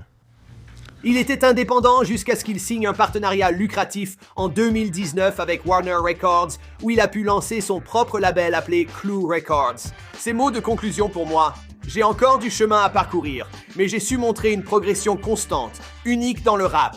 J'ai gagné le respect de personnes comme Kanye West, André 3000 Tyler the Creator, J Electronica, MF Doom et bien d'autres. Je fais de la musique, j'ai quelque chose d'important à dire, où la vision globale de la chanson et le message sont importants. David est né David Anthony Burke le 28 mars 2005 dans le Queens à New York, c'est-à-dire avant de déménager à un jeune âge à Houston, au Texas, où il passerait la majeure partie de son enfance. Il a grandi dans une famille religieuse avec son père, DeJuan Burke, qui a joué un rôle important dans sa vie dès son plus jeune âge, et la foi a toujours été présente tout au long de son enfance. Son premier contact avec la musique s'est fait non par le rap, la pop ou les hits du moment, mais par le gospel qui dominait son enfance. Il n'était pas seul à la maison. Il avait au moins une sœur cadette et, des années plus tard, la musique allait discrètement naître dans le placard de sa chambre. Avant cela, le foyer restait largement privé, avec peu d'informations publiques sur la dynamique familiale. À l'école, il n'a pas suivi un parcours traditionnel. Après la 7e année, David a suivi l'enseignement à domicile, passant son adolescence hors du système scolaire traditionnel. Ce changement signifiait moins de structure, moins de cercles sociaux et beaucoup plus de temps passé en ligne. Dès le début de son adolescence, alors que David était déjà plongé dans la culture Internet, il publiait du contenu sur YouTube dès l'âge de 9 ans et passait des heures à jouer, surtout à Fortnite. À ce moment-là, lorsque David était plongé dans YouTube, eh bien, il avait déjà créé une chaîne qui compte aujourd'hui environ 75 000 abonnés et totalise 20 millions de vues au fil du temps. Son contenu, c'était strictement du gameplay, principalement sur Fortnite. Il y avait des extraits montés avec des sons à la mode et des coupes rapides. En revoyant ses premières vidéos aujourd'hui, il n'y a ni vlog, ni réaction, ni contenu centré sur la personnalité, seulement du gameplay, des enregistrements d'écran et quelques montages.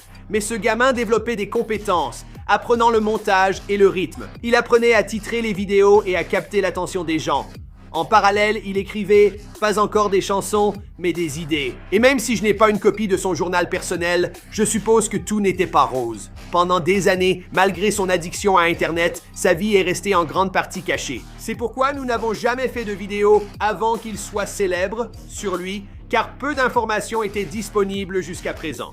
Mais c'est en juillet 2021 que David a sorti sa première musique, et cela sur une toute nouvelle chaîne, simplement intitulée David ou D4VD. C'était son premier morceau, Runaway, uniquement en audio. Pendant des années, personne ne regardait ses vidéos, ni ne savait qui il était. Il n'y avait pas de visage, pas d'interview, pas d'histoire derrière l'artiste, juste un nom d'utilisateur et la persévérance de se faire un nom en ligne. Au moment où la carrière de David Burke a commencé à prendre forme, eh bien, il y avait déjà des éléments de l'affaire déjà publics et que les gens ne comprenaient pas encore. Maintenant, les procureurs affirment qu'il avait noué une relation cachée avec Céleste Rivas Hernandez, qui à l'époque était une adolescente de 14 ans de Lake Ellis Elsinore, en Californie. Avant qu'elle n'entre dans son univers, eh bien, David était encore complètement immergé dans le monde du jeu vidéo, construisant son identité en ligne bien avant que quiconque n'associe son nom à la musique. Finalement, son contenu a commencé à évoluer après des années passées hors caméra. Eh bien, David a finalement commencé à montrer son visage dans ses vidéos, marquant un changement clair dans la façon dont il se présentait en ligne. Une de ses premières vidéos montrant son visage a donné une nouvelle dimension à sa chaîne, le faisant passer du statut de simple chaîne de jeux vidéo à celui de personnalité à laquelle les spectateurs pouvaient s'identifier. Malgré sa constance, il évoluait toujours à un niveau relativement bas au sein de l'écosystème des créateurs. Il avait créé une chaîne respectée avec des dizaines de milliers d'abonnés et des millions de vues, mais il n'avait pas encore percé. Cette percée est survenue de façon inattendue alors qu'il montait des vidéos Fortnite et que David rencontrait un problème récurrent. Il avait besoin de musique pour ses vidéos, mais voulait éviter les droits d'auteur. Au lieu de chercher des morceaux utilisables, il a choisi de les créer lui-même. Cette décision a mené à la sortie d'une vidéo avec parole « You and I ». Au départ, c'était une mise en ligne ordinaire, puis les chiffres ont grimpé. La vidéo a rapidement dépassé le demi-million de vues, attirant l'attention d'une manière que son contenu de jeu vidéo n'avait jamais réussi à faire. Pour la première fois, les gens ne se contentaient pas de regarder ses montages, ils se connectaient à quelque chose qu'il avait créé de toutes pièces. À partir de là, l'élan a commencé à prendre. Il a continué à enregistrer de la musique, à expérimenter avec le son, tout en gardant son identité de créateur de contenu. Puis est venu le moment qui a tout changé avec la sortie de Romantic Homicide. Ouf! Mais cette fois, sa musique a atteint un tout autre niveau. Elle s'est vite répandue sur les plateformes et a attiré des millions d'auditeurs. L'industrie a réagi aussitôt. David a signé avec Darkroom et Interscope Records, s'assurant ainsi une place parmi les nouveaux artistes issus d'Internet qui montaient le plus vite. Des opportunités de management et de tournée ont suivi et tendance à porter au-delà de l'écran vers les scènes réelles. Bientôt, il ne se limitait plus à publier du contenu. Le gamin se produisait devant environ 20 000 personnes. Lors de ses débuts marquants, il est monté sur scène à Baltimore devant 20 000 personnes, un tournant pour ce jeune qui téléchargeait autrefois des extraits de jeux vidéo dans le placard de sa sœur et qui est aujourd'hui un véritable artiste. Même si l'ascension était réussie, l'histoire était loin d'être finie. Alors que la carrière musicale de David prenait de l'ampleur, une autre facette de sa vie évoluait discrètement et deviendrait plus tard au centre d'une enquête criminelle. Selon les procureurs, David avait noué une relation avec Celeste Rivas Hernandez, une jeune fille de 14 ans originaire de Lake Elsinore en Californie. Les enquêteurs disent que les interactions ont évolué avec le temps, principalement hors du regard public, tandis que sa carrière progressait rapidement. Donc, en 2024, Céleste, sa famille a signalé sa disparition. Pendant que les enquêteurs retraçaient ses déplacements, ils voulaient savoir où elle était à Los Angeles et pensent qu'elle a rendu visite à David à sa résidence des Hollywood Hills en avril 2025. Quelques mois plus tard, l'affaire a pris un tournant majeur. Les autorités ont découvert des restes humains à l'intérieur d'une Tesla liée à David, qui était restée dans une fourrière de Los Angeles pendant une longue période. Les restes ont été identifiés comme ceux de Céleste, confirmant que la disparition était désormais une enquête pour homicide. Après cette découverte, les détectives du département de police de Los Angeles ont constitué un dossier avec des preuves médico-légales, des données numériques et un grand volume d'éléments récupérés sur les appareils électroniques saisis chez David.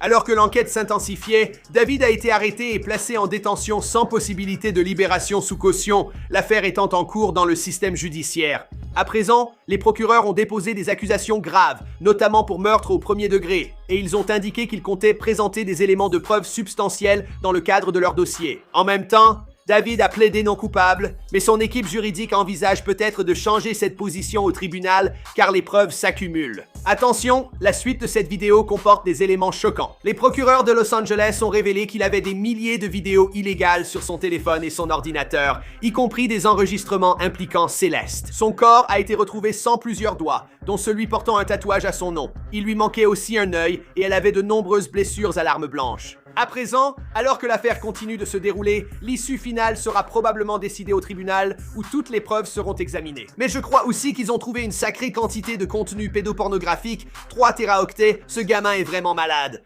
Alors, qu'en pensez-vous? Je sais que la peine de mort n'existe pas en Californie, mais peut-être qu'elle devrait s'appliquer dans cette affaire. Cela doit avertir ceux qui veulent être célèbres ou faire des horreurs pareilles que ça ne passe pas. On aurait peut-être dû regarder certains titres ou paroles de ces chansons, car il semblait presque vouloir que ce genre de choses arrive.